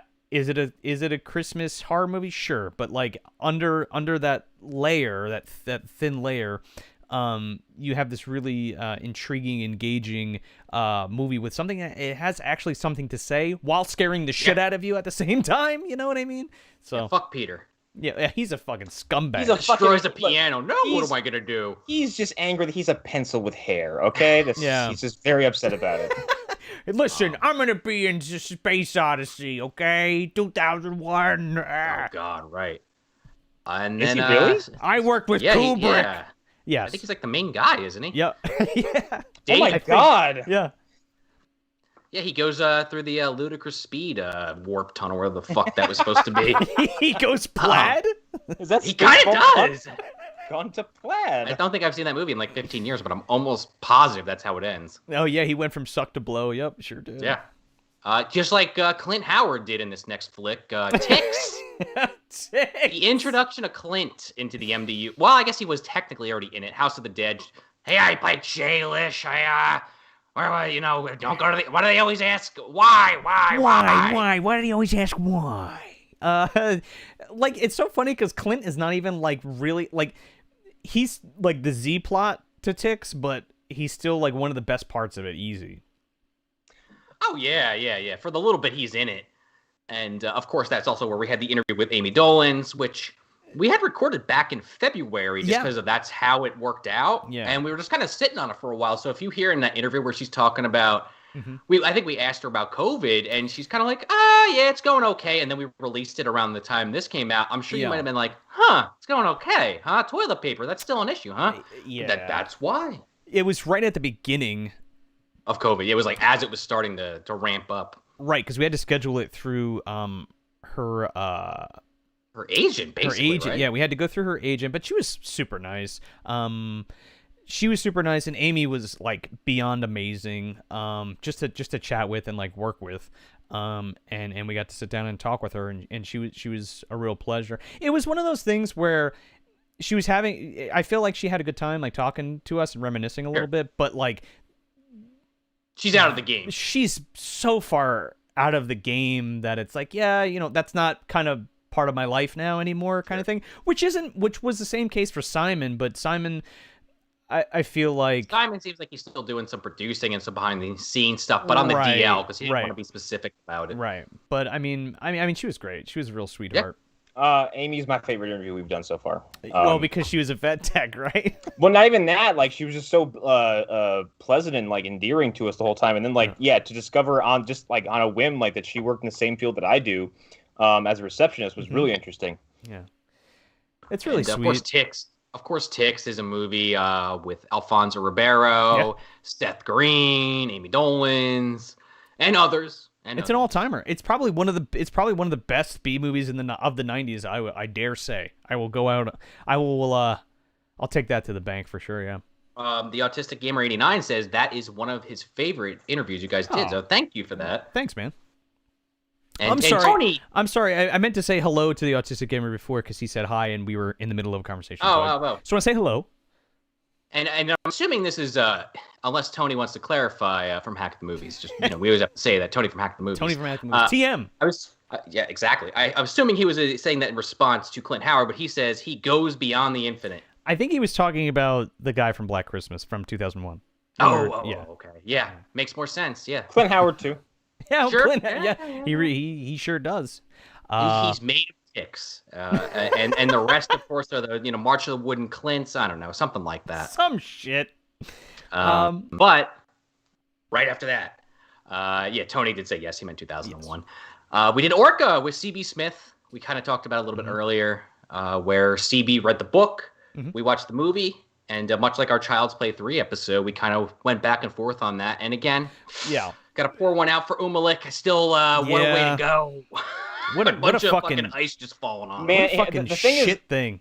The thing is, he stepped in that boat. I was like, oh, you're getting Queequayed. Why did he help them? I'm still not over that. If he just went out the opposite cabin door, he would have been fine. I don't understand. If he was just like, Richard Harris, this is all your fault. Good luck. he would have been alive. Richard Harris turns around after Umalik gets crushed by the ice. Like, it was a revenge killing. Leonardo, Leonardo says he wants to put the wooden clints in a pool of termites. That would do him dirty. Oh yeah, that unfortunately. Well, that's what you use against an army of clints. There was a near fetishization level from some of you guys about like Clint Howard and predatory bugs. I think it exclusively comes from Leo. Okay, we see you. We know what you're doing. But to Orca, Sean mentioned that the thing with Orca and Child's Play with CB was Child's Play was fun because it was like, okay, well here's Child's Play 3. And here's the novelization, which is based on the original script that came out at the same time as the movie. Whereas Orca was like, here's the novel, and Dino De Laurentiis being like, I need a fucking Jaws movie, baby, let's do it. And he did. Right. I think Orca movie. And put the plates like the shark, but you put the Orca. Like the book. Came up with Conan. We got the book, and we got the movie, and we got the Jawses. I don't remember loving that movie, but I remember enjoying it quite a bit. And that was one of those episodes where I this is funny. Rudy Real, I'm sorry. He had busted my chops after the fact I had said that it was one of my favorite episodes on an earlier episode. I mean, I love every episode. Don't get me wrong here, folks. But that one in particular stuck out on me just because of the conversation of I don't know, something about the books in the movie. I know Smith has his own channel over on YouTube. You could check out. It's actually, if you go, you can either just search CB Smith Taking a Page, or if you go to our YouTube channel, it's on one of the related channels along there with Lucky Duck and Hack the Movies and a few more. And the show is called Taking a Page, just Taking a Page. Right, exactly. But I don't know. I just had a lot of fun with that movie for some reason. I don't know. It sticks out at me for some odd reason. Like, Rudy, love Shakes the Clown, love you. No hard feelings. Didn't mean anything by. I just wanted to say that live. But yeah, Orca. I think Orca's really interesting because it feels like a really meaner version of Jaws. Like, his Jaws has some levity to it and has some silliness to it, and Orca is just savage from start to finish and mean-spirited and cynical as fuck. Again, Umalik is the only guy I think that didn't deserve dying. The rest no, for sure. Especially Bo Derek. Yeah, well, Bo Derek, yeah, fucking take that leg off. There you go. Like fucking KFC. But I like Orca because I like how they flip it, right? So it's like, oh well, there's a killing eating machine in the water. All he does, eat, make little sharks, whatever, eat shit and whatever. Where it's like, okay, well, man goes out and fucking fucks with this thing, and then it gets revenge on him, which is kind of ridiculous, but I'm into it, right? Yeah. I don't know. Well, nature versus man rather than man versus nature, I guess, is what I'm trying to say. I also said during the episode, like, they and in the book we discussed with CB that, like, they don't skirt the line of the supernatural. They dive head first into the shallow end of it. And they do this ridiculous shit where, like, the whale is, like, psychic or something. Yes. Well, hence Frank Castle. Yeah, Frank exactly. Castle, we learned that from the book, from the book. Right. Oh yeah, that's what it was. Yeah. And the movie, like, they kind of they gloss over in a way where you can't confirm that this is a supernatural entity, or there's just there's paranormal stuff going on, but it kind of creates a weird level of intrigue where you're like, I don't know if this whale is, like, hyper intelligent or if it's some kind of mystical event. Sure, and I kind of like that wrinkle, like, with Umalek, and like how he tells that, like, legend from his tribe and stuff. And I don't think they play on that enough, but I feel like that's something that could have been really I think it just kind of kills me too. Put in addition to what they were trying to go for with that kind of supernatural element, if you want to call it that. And especially, like, what CB had told us about that character, like, his story was slightly different in the book, but it's just, like, crazy to me that the one indigenous person in the movie dies, but this, like, moron scientist that's in love with this piece of shit Richard Harris walks away scot-free. Like, come on, man.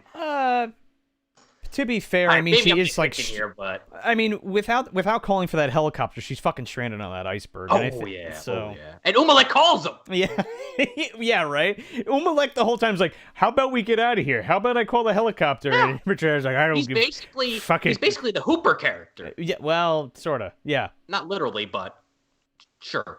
Leonardo had said that he had never heard of Clint Howard before this show, and that is part of the reason why he thinks this is what constantly sticks him in these bug traps. No shit. How old are you, Leo? Well, while we get that answer, this Johnny answer will Blue upset me. Johnny Blue says, so that Jaws versus Orca movie you guys talked about earlier, could that be the shark from Ghost Shark? It might be. Maybe. I think it's the. Christian Bale's in the corner, phasing in and out. We don't know. Could be. It's the ghost of the shark from Jaws: The Revenge, the one that exploded in a roar of blood. Yeah, that one. God. It's that one versus the orca from the original Orca movie. There you go. I found an orca the size 25. of an orange. I saw a fetus the size of a peach. Playing with an orca the size of a tangerine. Okay, well, that explains it. So you're 25. Yeah. Is that a Captain America reference?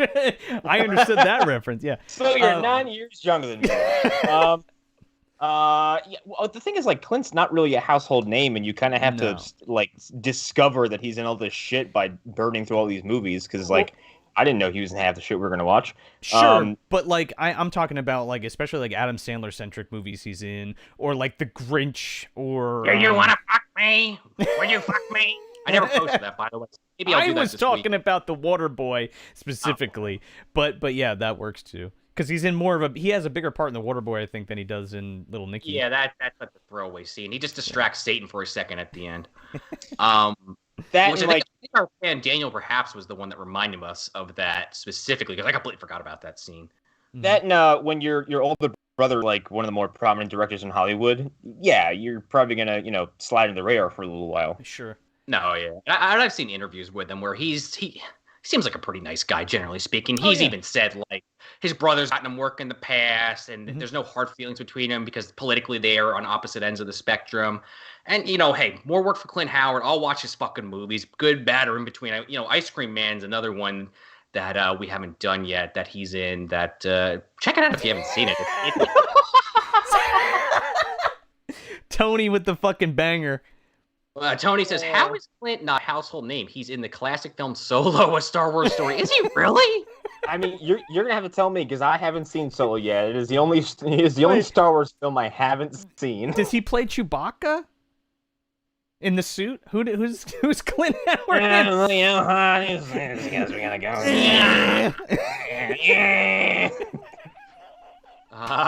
But our next film, he's Lumpy from fucking the Star Wars Holiday Special. And Leo just said he just found out last year that Henry Winkler was fucking Fozzie and Fonzie, the Fonz. He's Fozzie. You're gonna learn a whole lot more about Henry Winkler in about 10, 12 months. I don't know the timeline. 11 months. Could you imagine Henry Winkler like doing Fozzie Bear just impressions? Like waka waka. Like any kind of outfit?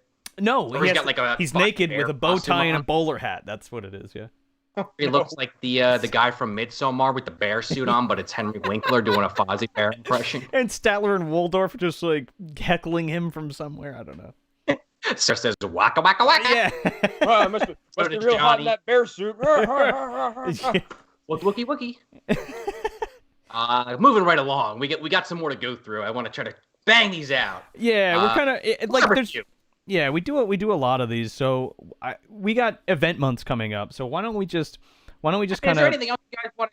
I mean, we could keep talking about this for another 3 hours. But is there other movies you guys want to talk about before we move on? I can talk about movies for 9 fucking hours. You know what I mean? So yeah.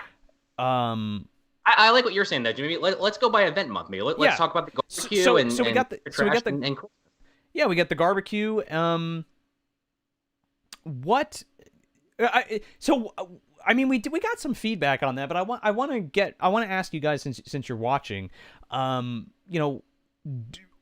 what's your favorite thing? What's your favorite event that we've done? Do you like the events? Do you think that's a cool thing that we run the contests and stuff? Are the giveaways good? Do you like the themed months and episodes that we choose and stuff like that? Because it's something that we like to put together, because I don't know, instead of just randomly grabbing a movie or just going through each fucking movie in like a series, like it's fun to kind of mix it up and do flicks that kind of remind us of summertime or Halloween or whatever we're gonna do for Christmas.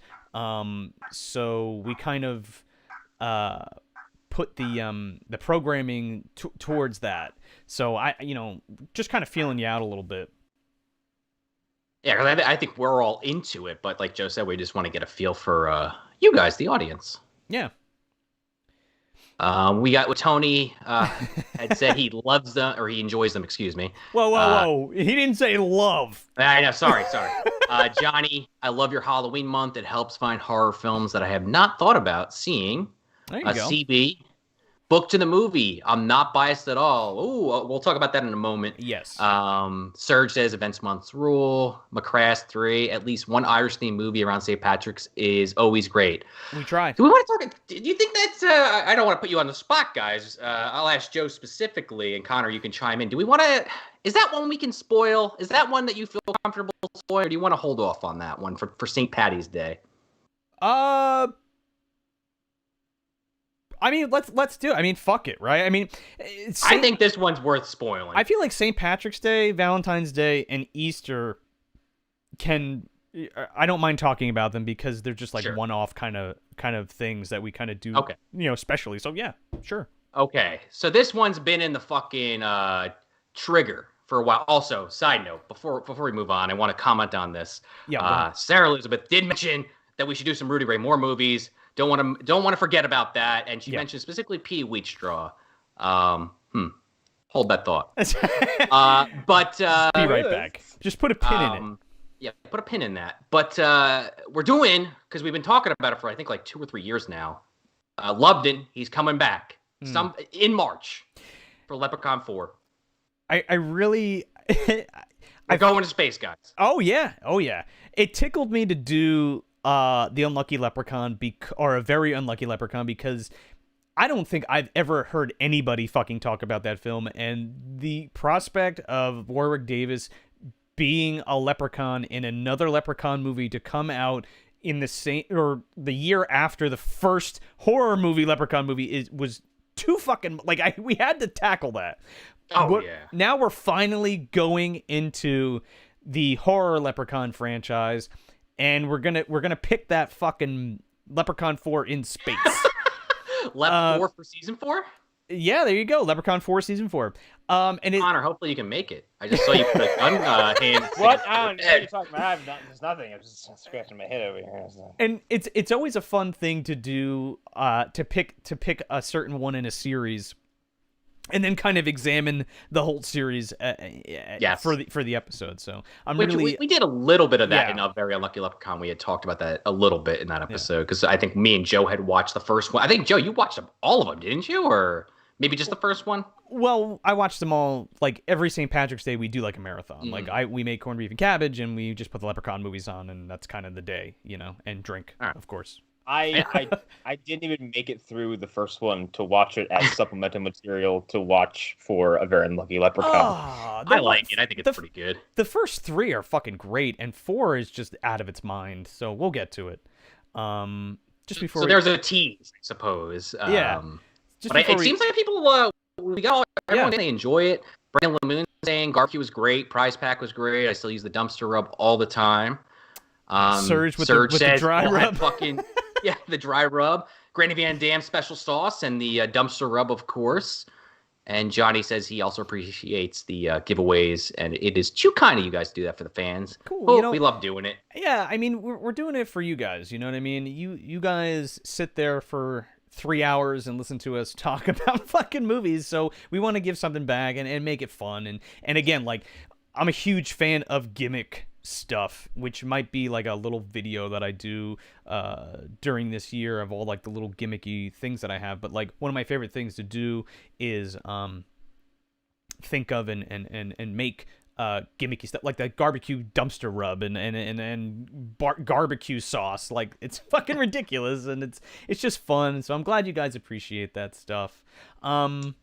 And I guess also Serge adds to that. He says the giveaways are such a cool way to shine a light on your homies. Thank you, Serge. Oh, for sure. We feel the same way. Yeah. And Brendan actually says also it was fun.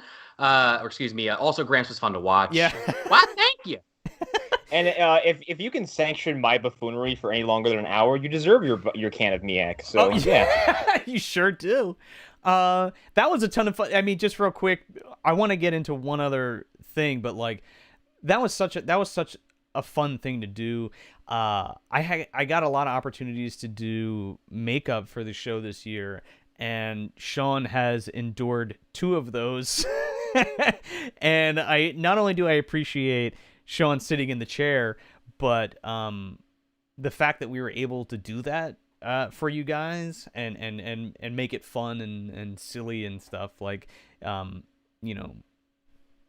flipping it's a good feeling to know that you guys appreciate you that. You all better believe that the moment I'm on the East Coast, we're getting me in a chair and turned into a fucking creepy old lady. So we have plans for GVD to make it into the visual compendium of the MDU. So I already have a posture for it ready. Okay, so I already have a makeup for you. So we're just waiting on you, bud. Speaking of the MDU, I mean, I get the vibe generally speaking, and especially just from doing this for the last almost 2 hours. You guys like the MDU. I think we like the MDU. Mm-hmm.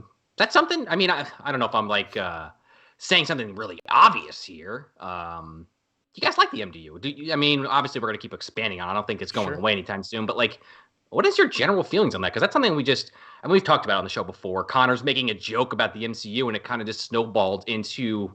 I don't know about the focus of our show, but anytime there's a good side tangent with a character, I feel like it's MDU related 9 times out of 10. It's funny to me that just came from me. My sole intention was just to dunk on the big gap between the Netflix shows Right. and the movies when they would come out and do this weird corporate speak where they're like, "Oh yeah, it's all connected," but it fucking isn't At all. Right. Yeah, at all. I feel like that's like an added layer of fun to the show that we get our kicks on, like, you know, Sean, Connor, and I. But like, I guess you guys like it because we see a lot of Granny I haven't Van heard any Dam. complaints about I haven't it. heard any complaints, and everybody's been like referencing it, so I thought that was funny. I think the big question going forward, especially for this year, that we wanted to ask you guys is, how do you feel about the format of the show? Do you think it's too long? Do you think that it would benefit from being a little bit shorter? Do you think that it's hard to keep up when we have, you know, a 3-hour chunk come out every week when we have like event months? Like, is it hard for you to catch up? I mean, you know, we just want your general thoughts on it, really. Or you're like, no, we love it. Yeah, I You know mean, what you're doing. Like, let that's us know either also way. a thing too. Because I mean, believe us, we don't set out to do these episodes to end up being the length they are. They just No. kind of usually end up that way just because of the Yeah. conversation. And it's also a thing where, like, you know, now that we're doing this, and if this turns out well, what we want to start doing this year specifically is do more live stuff. Absolutely, more focused. Like, this is kind of a free for all, but like, you know, what we want to start doing is. We always take Patreon questions and everything, and just general questions, emails, I mean, from wherever as well, and we put them in the beginnings of the episodes, which is, you know, 45 minutes to an hour before we actually get into the review. But we were thinking of kind of fandangoing that and doing a live episode, maybe bi-weekly or once a month, of just like a live get-together like this, where we do all those questions and kind of bullshit and hang out with you guys, and then the rest of the time on the episodes we're actually reviewing the films and stuff like that. So so there will be a little bit shorter in format, more digestible, and we get to hang out with you at the end of the month or bi-weekly. Yeah, we were even talking about like not totally 86ing the questions from the actual episodes. Like, we literally have been talking about this over the last week or two. But maybe, like Joe just said, maybe we have some of those more general questions for us that we get sometimes for that Q&A question. But if you still want, you know, Leonardo, if you still want to ask us what we want to shove into Clint Hard this week, we'll answer those kind of questions, no doubt.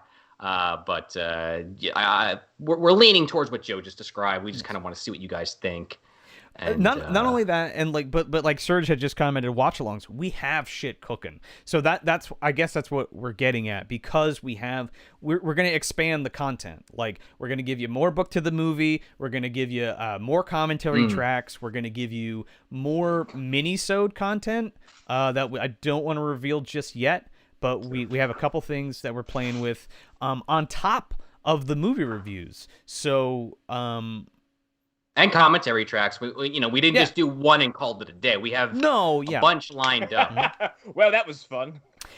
Also, how many of you watched?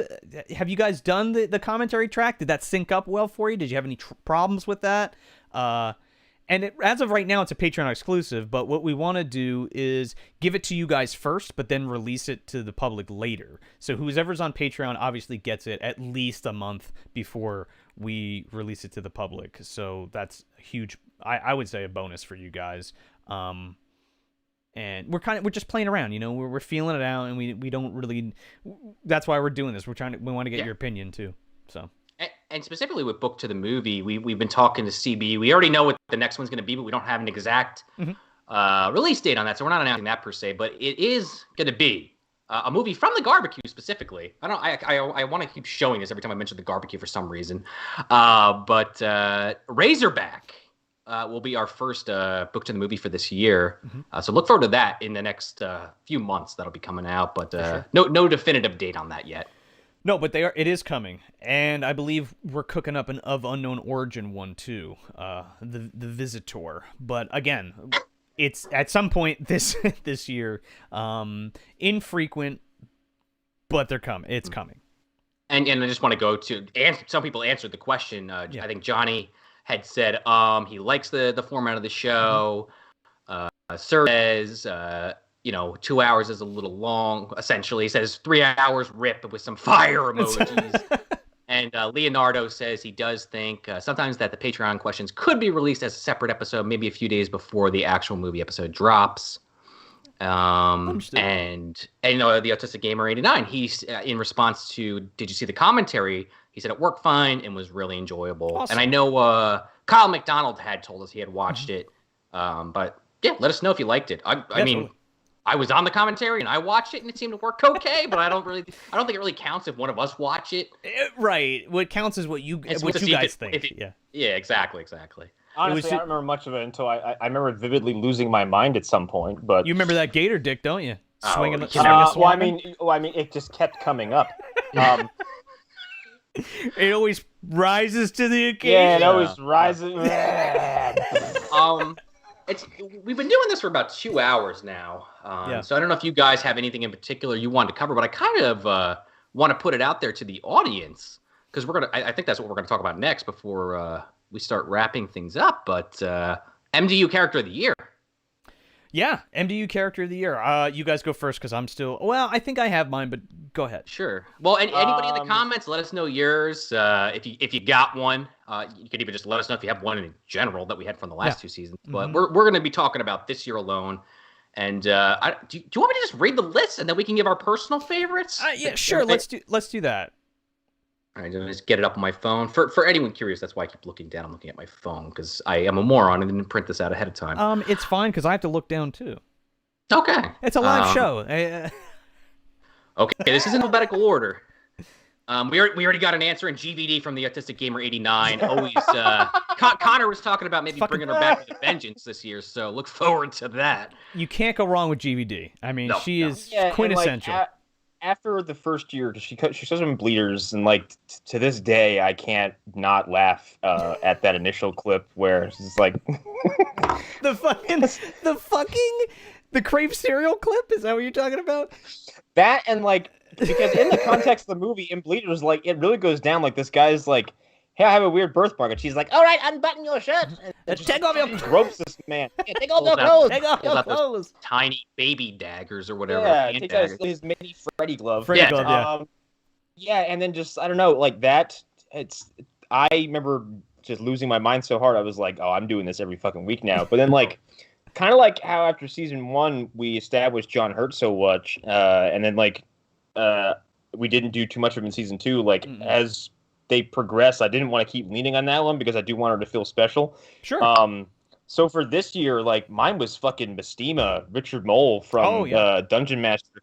I think he is hilarious to me because he is this seemingly existentially bored idea of the fucking devil who's just sitting in this throne in this big craggy void, man, I need to make a wager with someone today. Do you want to play a game? Do you want to play a video game or something? And he kept popping up. I mean, he was in Ghost Shark, but I was joking that he was Gunner, which kind of was one of the big MDU things at the time. Oh yeah. I imagine every I don't know so many years he just brings some hapless idiot and he's like, "Do you want to play a competitive game of Jenga?" What was he? Was in Evil Speak? Well, he was in House, which again technically was a different show. We were all on it.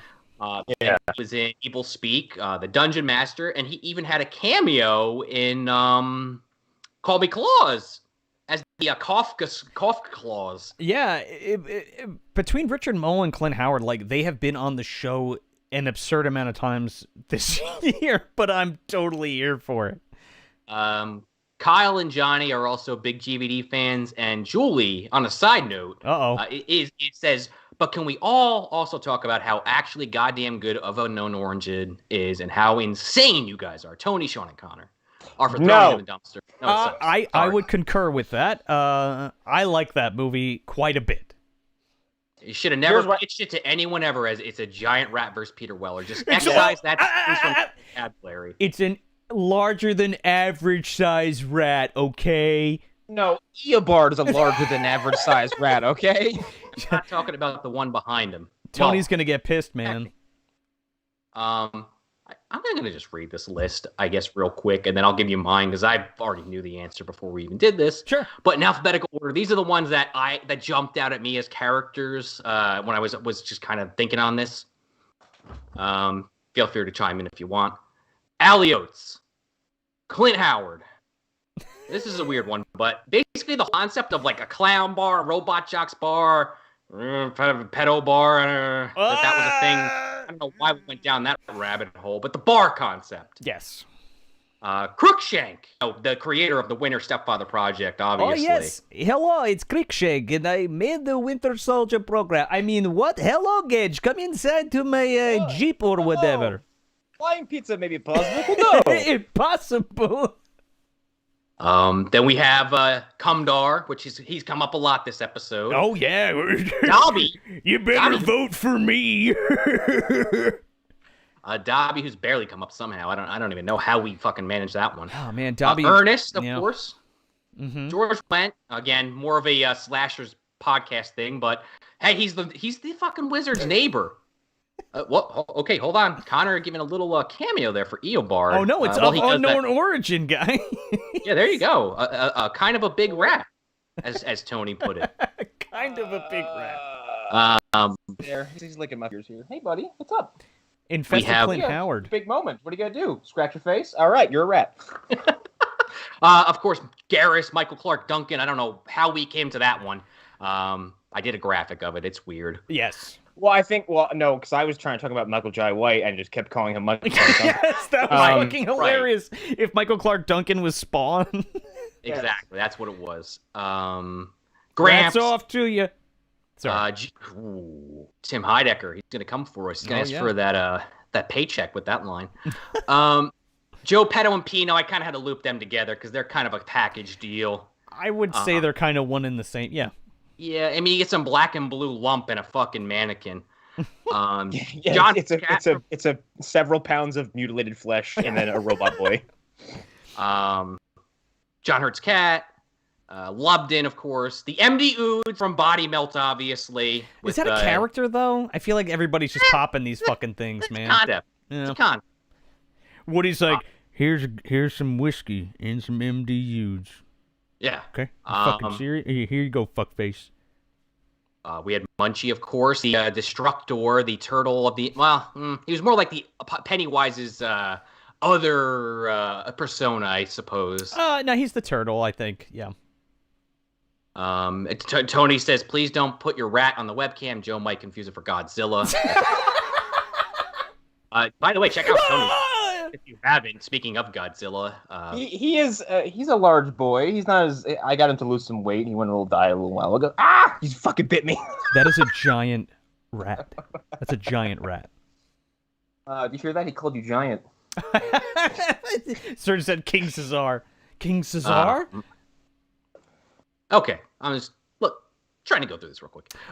Sorry. Orca Castle, Orca Mutant Baby, P-Head, Richard Harris the Blue, Richard Mull, Simon Basel, Spivey, Teenage Mutant Prepubescent Baby, Terry O'Quinn, Winter Step Power Project, and the Discipliner. That's what I got. There you go. My answer is Dobby, of course. Man. Naturally. The punching bag of the MDU. Your performance as Dobby is this, like... Totally unhinged! It's even, like, after knowing you for 3 years now, it's, like, the most unhinged I've ever seen you or heard you, so it's really interesting to me because, like, it's this twitchy, and then with the aid of effects, like, wide-eyed, just manic performance that you're doing. What is Dobby, Connor? What is Dobby? Just full disclosure on it. Now, nobody knows this. So I'm gonna drop some behind the scenes for you.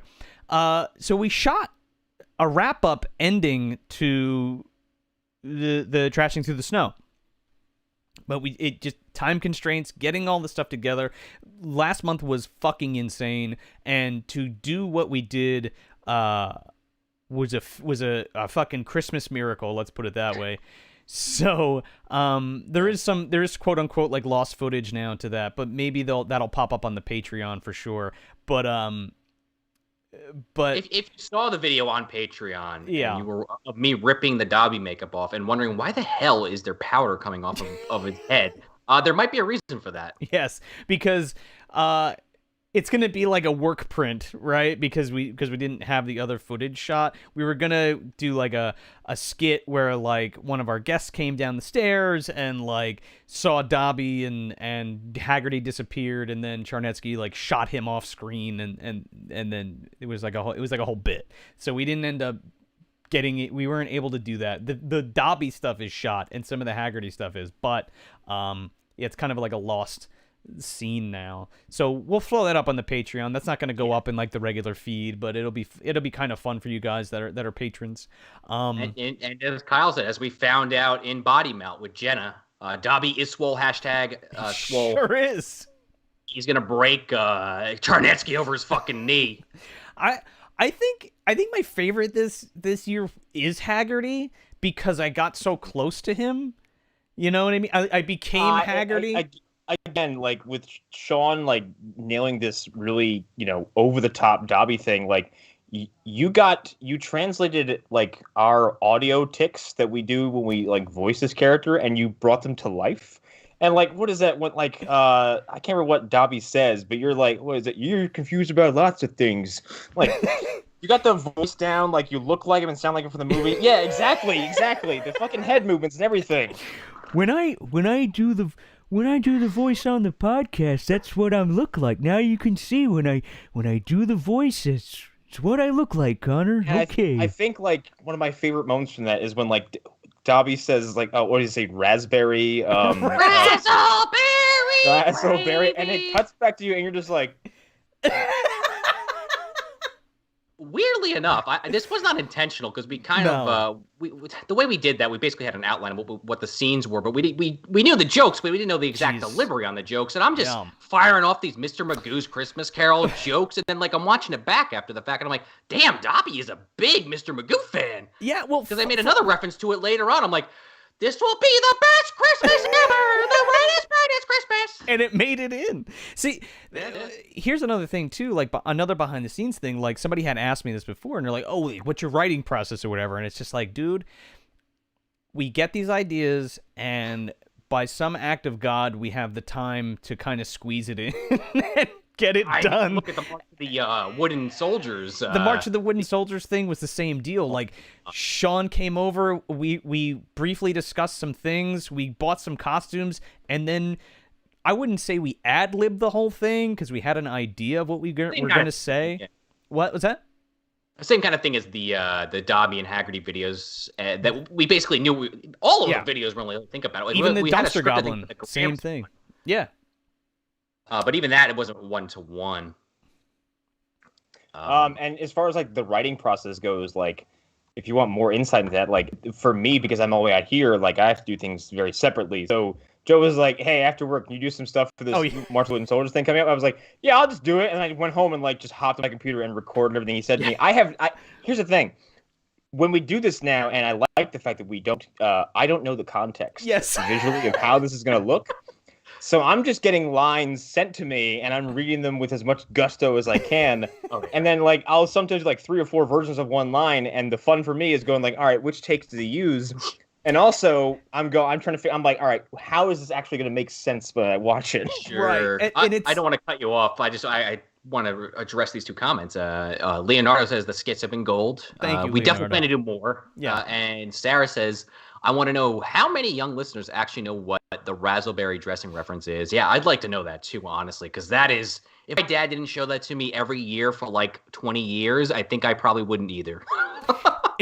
Here's the thing, like I don't know how many people this live promotion reached, unless Dustin Elkins is listening to each episode, 500 or 600 times.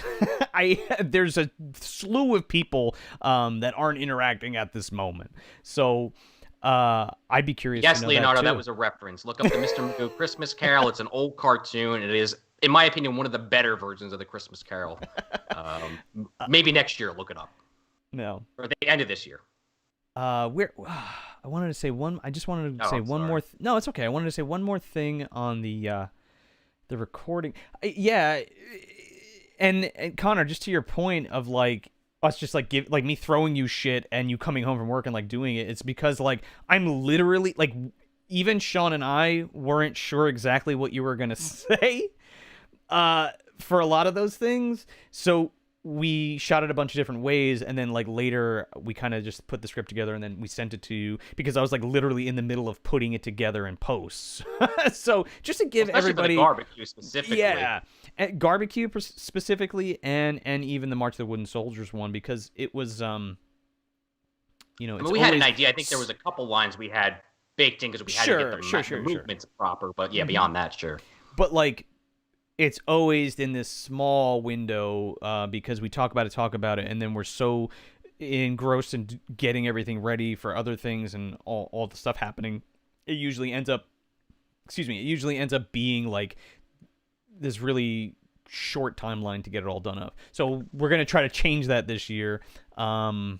Just from behind the scenes perspective, because I think we've been pretty consistent with putting it out and making sure that you get the content, the viewers. So, with that said, I mean, again, we could talk for another 3 or 4 hours, but sure can. I guess let's just I'd like to talk a little bit about what we got coming up for this year and what you guys can kind of expect. You know, we're gonna have more commentary tracks. We're gonna have more minisodes, brand new minisodes, like brand new minisode series, and we're not exactly sure how we're gonna release them yet. Some of it's gonna be Patreon exclusive. Some of the Patreon exclusive stuff that we've already released will be released to the public. And then we have more event months coming for you this year. We're gonna do Trick or Trash, and we're gonna do Trashing Through the Snow, but we have new event months that we're planning on working out and doing, and we got a bunch of guests, tentative interview guests that we're working on, and a ton of new guests to actually new and returning, you know, people from last year, the first year, and brand new people that have never been on the show before. So that'll be really exciting, and yeah, we just want to keep making cool content. And again, we're gonna be doing more of these live things. And again, it's gonna be less informal than this, where you know we'll come and we'll hang out and we'll have a criteria, if you will. So it's not just one big ramble session, but yeah, I think this was a success. I hope you guys enjoyed it. It's really fun. It was great to get on here and like talk to Sean and Connor in a way that I haven't yet, or that we haven't yet, which is really cool. And with you guys watching, honestly, like it's one thing for you guys to comment on everything we post, whether that's like Facebook, Instagram, or Twitter, or Patreon even, but it's another to like see it, you know, happening right here and there. I mean, obviously, you know, not the same thing as like we see you post a comment, we respond immediately. Not the you know, not exactly the same thing, but I don't know. It was cool. I look forward to doing this more. Mm-hmm. That's all I gotta say. I'm looking at you, Connor. Hmm? Do you want to add anything to that? You know I'm just taking this all in. Yeah. Real quick, we do have to keep this brief. We did have 2 questions I did forget to ask. Sorry about that, Kyle. He just commented and asked if we had answered his question. Sorry, Kyle. Because he had said he might not be able to make it. Just bear with me 1 second. And then that's right. He did say that. Why didn't you put the question right in the chat right now? We'll answer it. I got it right here. Oh, okay. He said, okay, so if you could go back in time and stop one of the MDU movies, what one would it be, and why would it be House of the Dead? LOL. That's a good way to end the show. Okay, you know, it would be Pluto Nash. For me. Okay, God, they're both so awful. Because like I definitely would like take Pluto Nash and just hurl into the fucking Speed Force. That way, it's removed from the timeline altogether. But like, if removing House of the Dead from existence could in any way prevent Uwe Boll from ever making another movie ever again, I think that's a service to all of humanity. Yeah. So, Careful, Connor, he might see this video and want to box you. Fuck him! I'll hit him with a folding chair. All right. That was one of the only episodes that we recorded where I was fucking drunk, doing the commentary, but the episode itself. Like, I think we had to re-record the first like half hour too because there was some kind of audio issue. Yeah, I was so angry watching that movie, but yeah. That's probably that would be the one. House of the Dead. I was convinced Frankenstein Unbound wasn't real. Oh my god, I gotta read that whole comment there, guys. Leonardo, what a banger here. I got hooked on the show over Frankenstein Unbound episode, a movie I was convinced wasn't real because I watched it in Spanish as a child when I didn't speak Spanish yet, laughing my ass off. Thanks for the laughs. Well, us too, I suppose, in some capacity. That movie, I still don't like it, but it's worth fucking seeing without a doubt. You got to see, like we talked about when we did Book to the Movie earlier this year. You got to check out CB's. He did a whole Frankenstein series, three episode series on the book and the original movie, and on the Mary Shelley's Frankenstein and Unbound, and over on Taking a Page on YouTube. And then Tony had Joe on for talking about tapes, talking about Frankenstein Unbound. Yep. It was Frankenstein Unbound came back in a big fucking way, and for better or worse, I suppose. I guess for the better for us, right? Well, sure. I mean, Johnny's saying that he's blaming Tony from Hack the Movies for giving him his first movie Dumpster Fix. So I guess it was a success. We gotta thank Tony from Hack the Movies TM for always being awesome and resharing our stuff, and we really appreciate that. And obviously we appreciate all of you guys who are guys and gals and everything in between that share this stuff and enjoy this stuff, And CB, you're 100% right. Not only was this live stream unbounded, but it was unbounded too. Dracula Unbound, dude, it's coming. I can't believe that exists. I'm very appreciative of Frankenstein Unbound because that was a movie I saw like a late night on the Sci-Fi Channel. I caught like the last half hour of it, and I was stoned. And like I'm in this state of mind, and I see Raul Julia and John Hurt. I was like, "What is this? This has to be good." And then to see it balloon into this like one of the Mount Rushmore movies of our fucking show is ridiculous to me, and I love it. I know. Don't judge me now, because I might have to look down at this paper, but I don't want that to discount our thank yous because sure.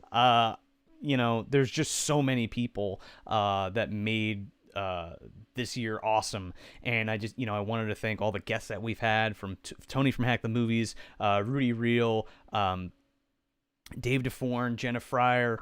Who else we got? Jake from Slashers Podcast and the Slashers Podcast. CB Smith, of course, and his show Taking a Page. And Arlen. Yeah, check out that video we did with him for Orca too, if you missed it. Yeah, Arlen Haro and his podcast, the Lost Horrors Podcast, and the other podcast that he does with Connor, the Phantom Zone. And geez, man, there's so many people. Pissy Miles for coming on for the Ernest Scared Stupid episode. Who else did we get? We got Dave Ayon coming on for Jack Frost. We got my fiance Julie coming on for Call Me Claus. And Justin Silverman for Jingle All the Way. That was a stacked month. Holy shit. It was fucking stacked. Thank you, Alexandra Wonder, for that awesome Jingle All the Way trashing through the snow artwork that you did. And again, Davey the Scaredy Cat DeForn, for doing all the artwork all year and since the beginning. Lunch Meat VHS, Tapes from the Crypt, Goblin Head Candleworks, Tapeworm Video, Sadist Art Designs. Who else?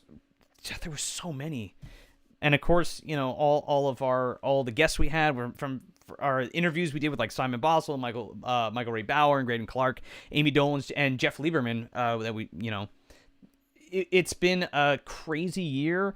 And I personally never thought that I would be doing something like this with two of my very good friends and have people react to it the way they do and enjoy it the way they do. I mean, for Christ's sake, we've been hanging out for 2.5 hours and y'all are fucking hanging out here with us. And I just want to say, we really appreciate it.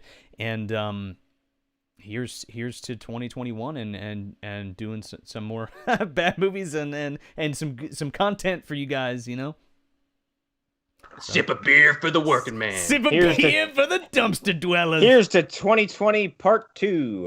Yeah. Was this the 88th year, Connor? Yeah. It's December 40th of 2020. But yeah, look forward to February.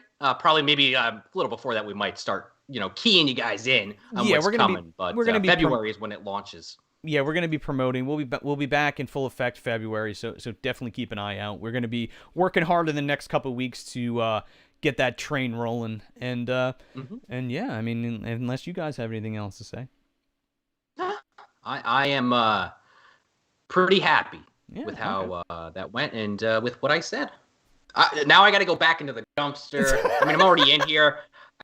I left some money in Baldwin when I got rid of it. I forgot about it, so I got to kind of dig through here to kind of find my life savings. So I could be here a while.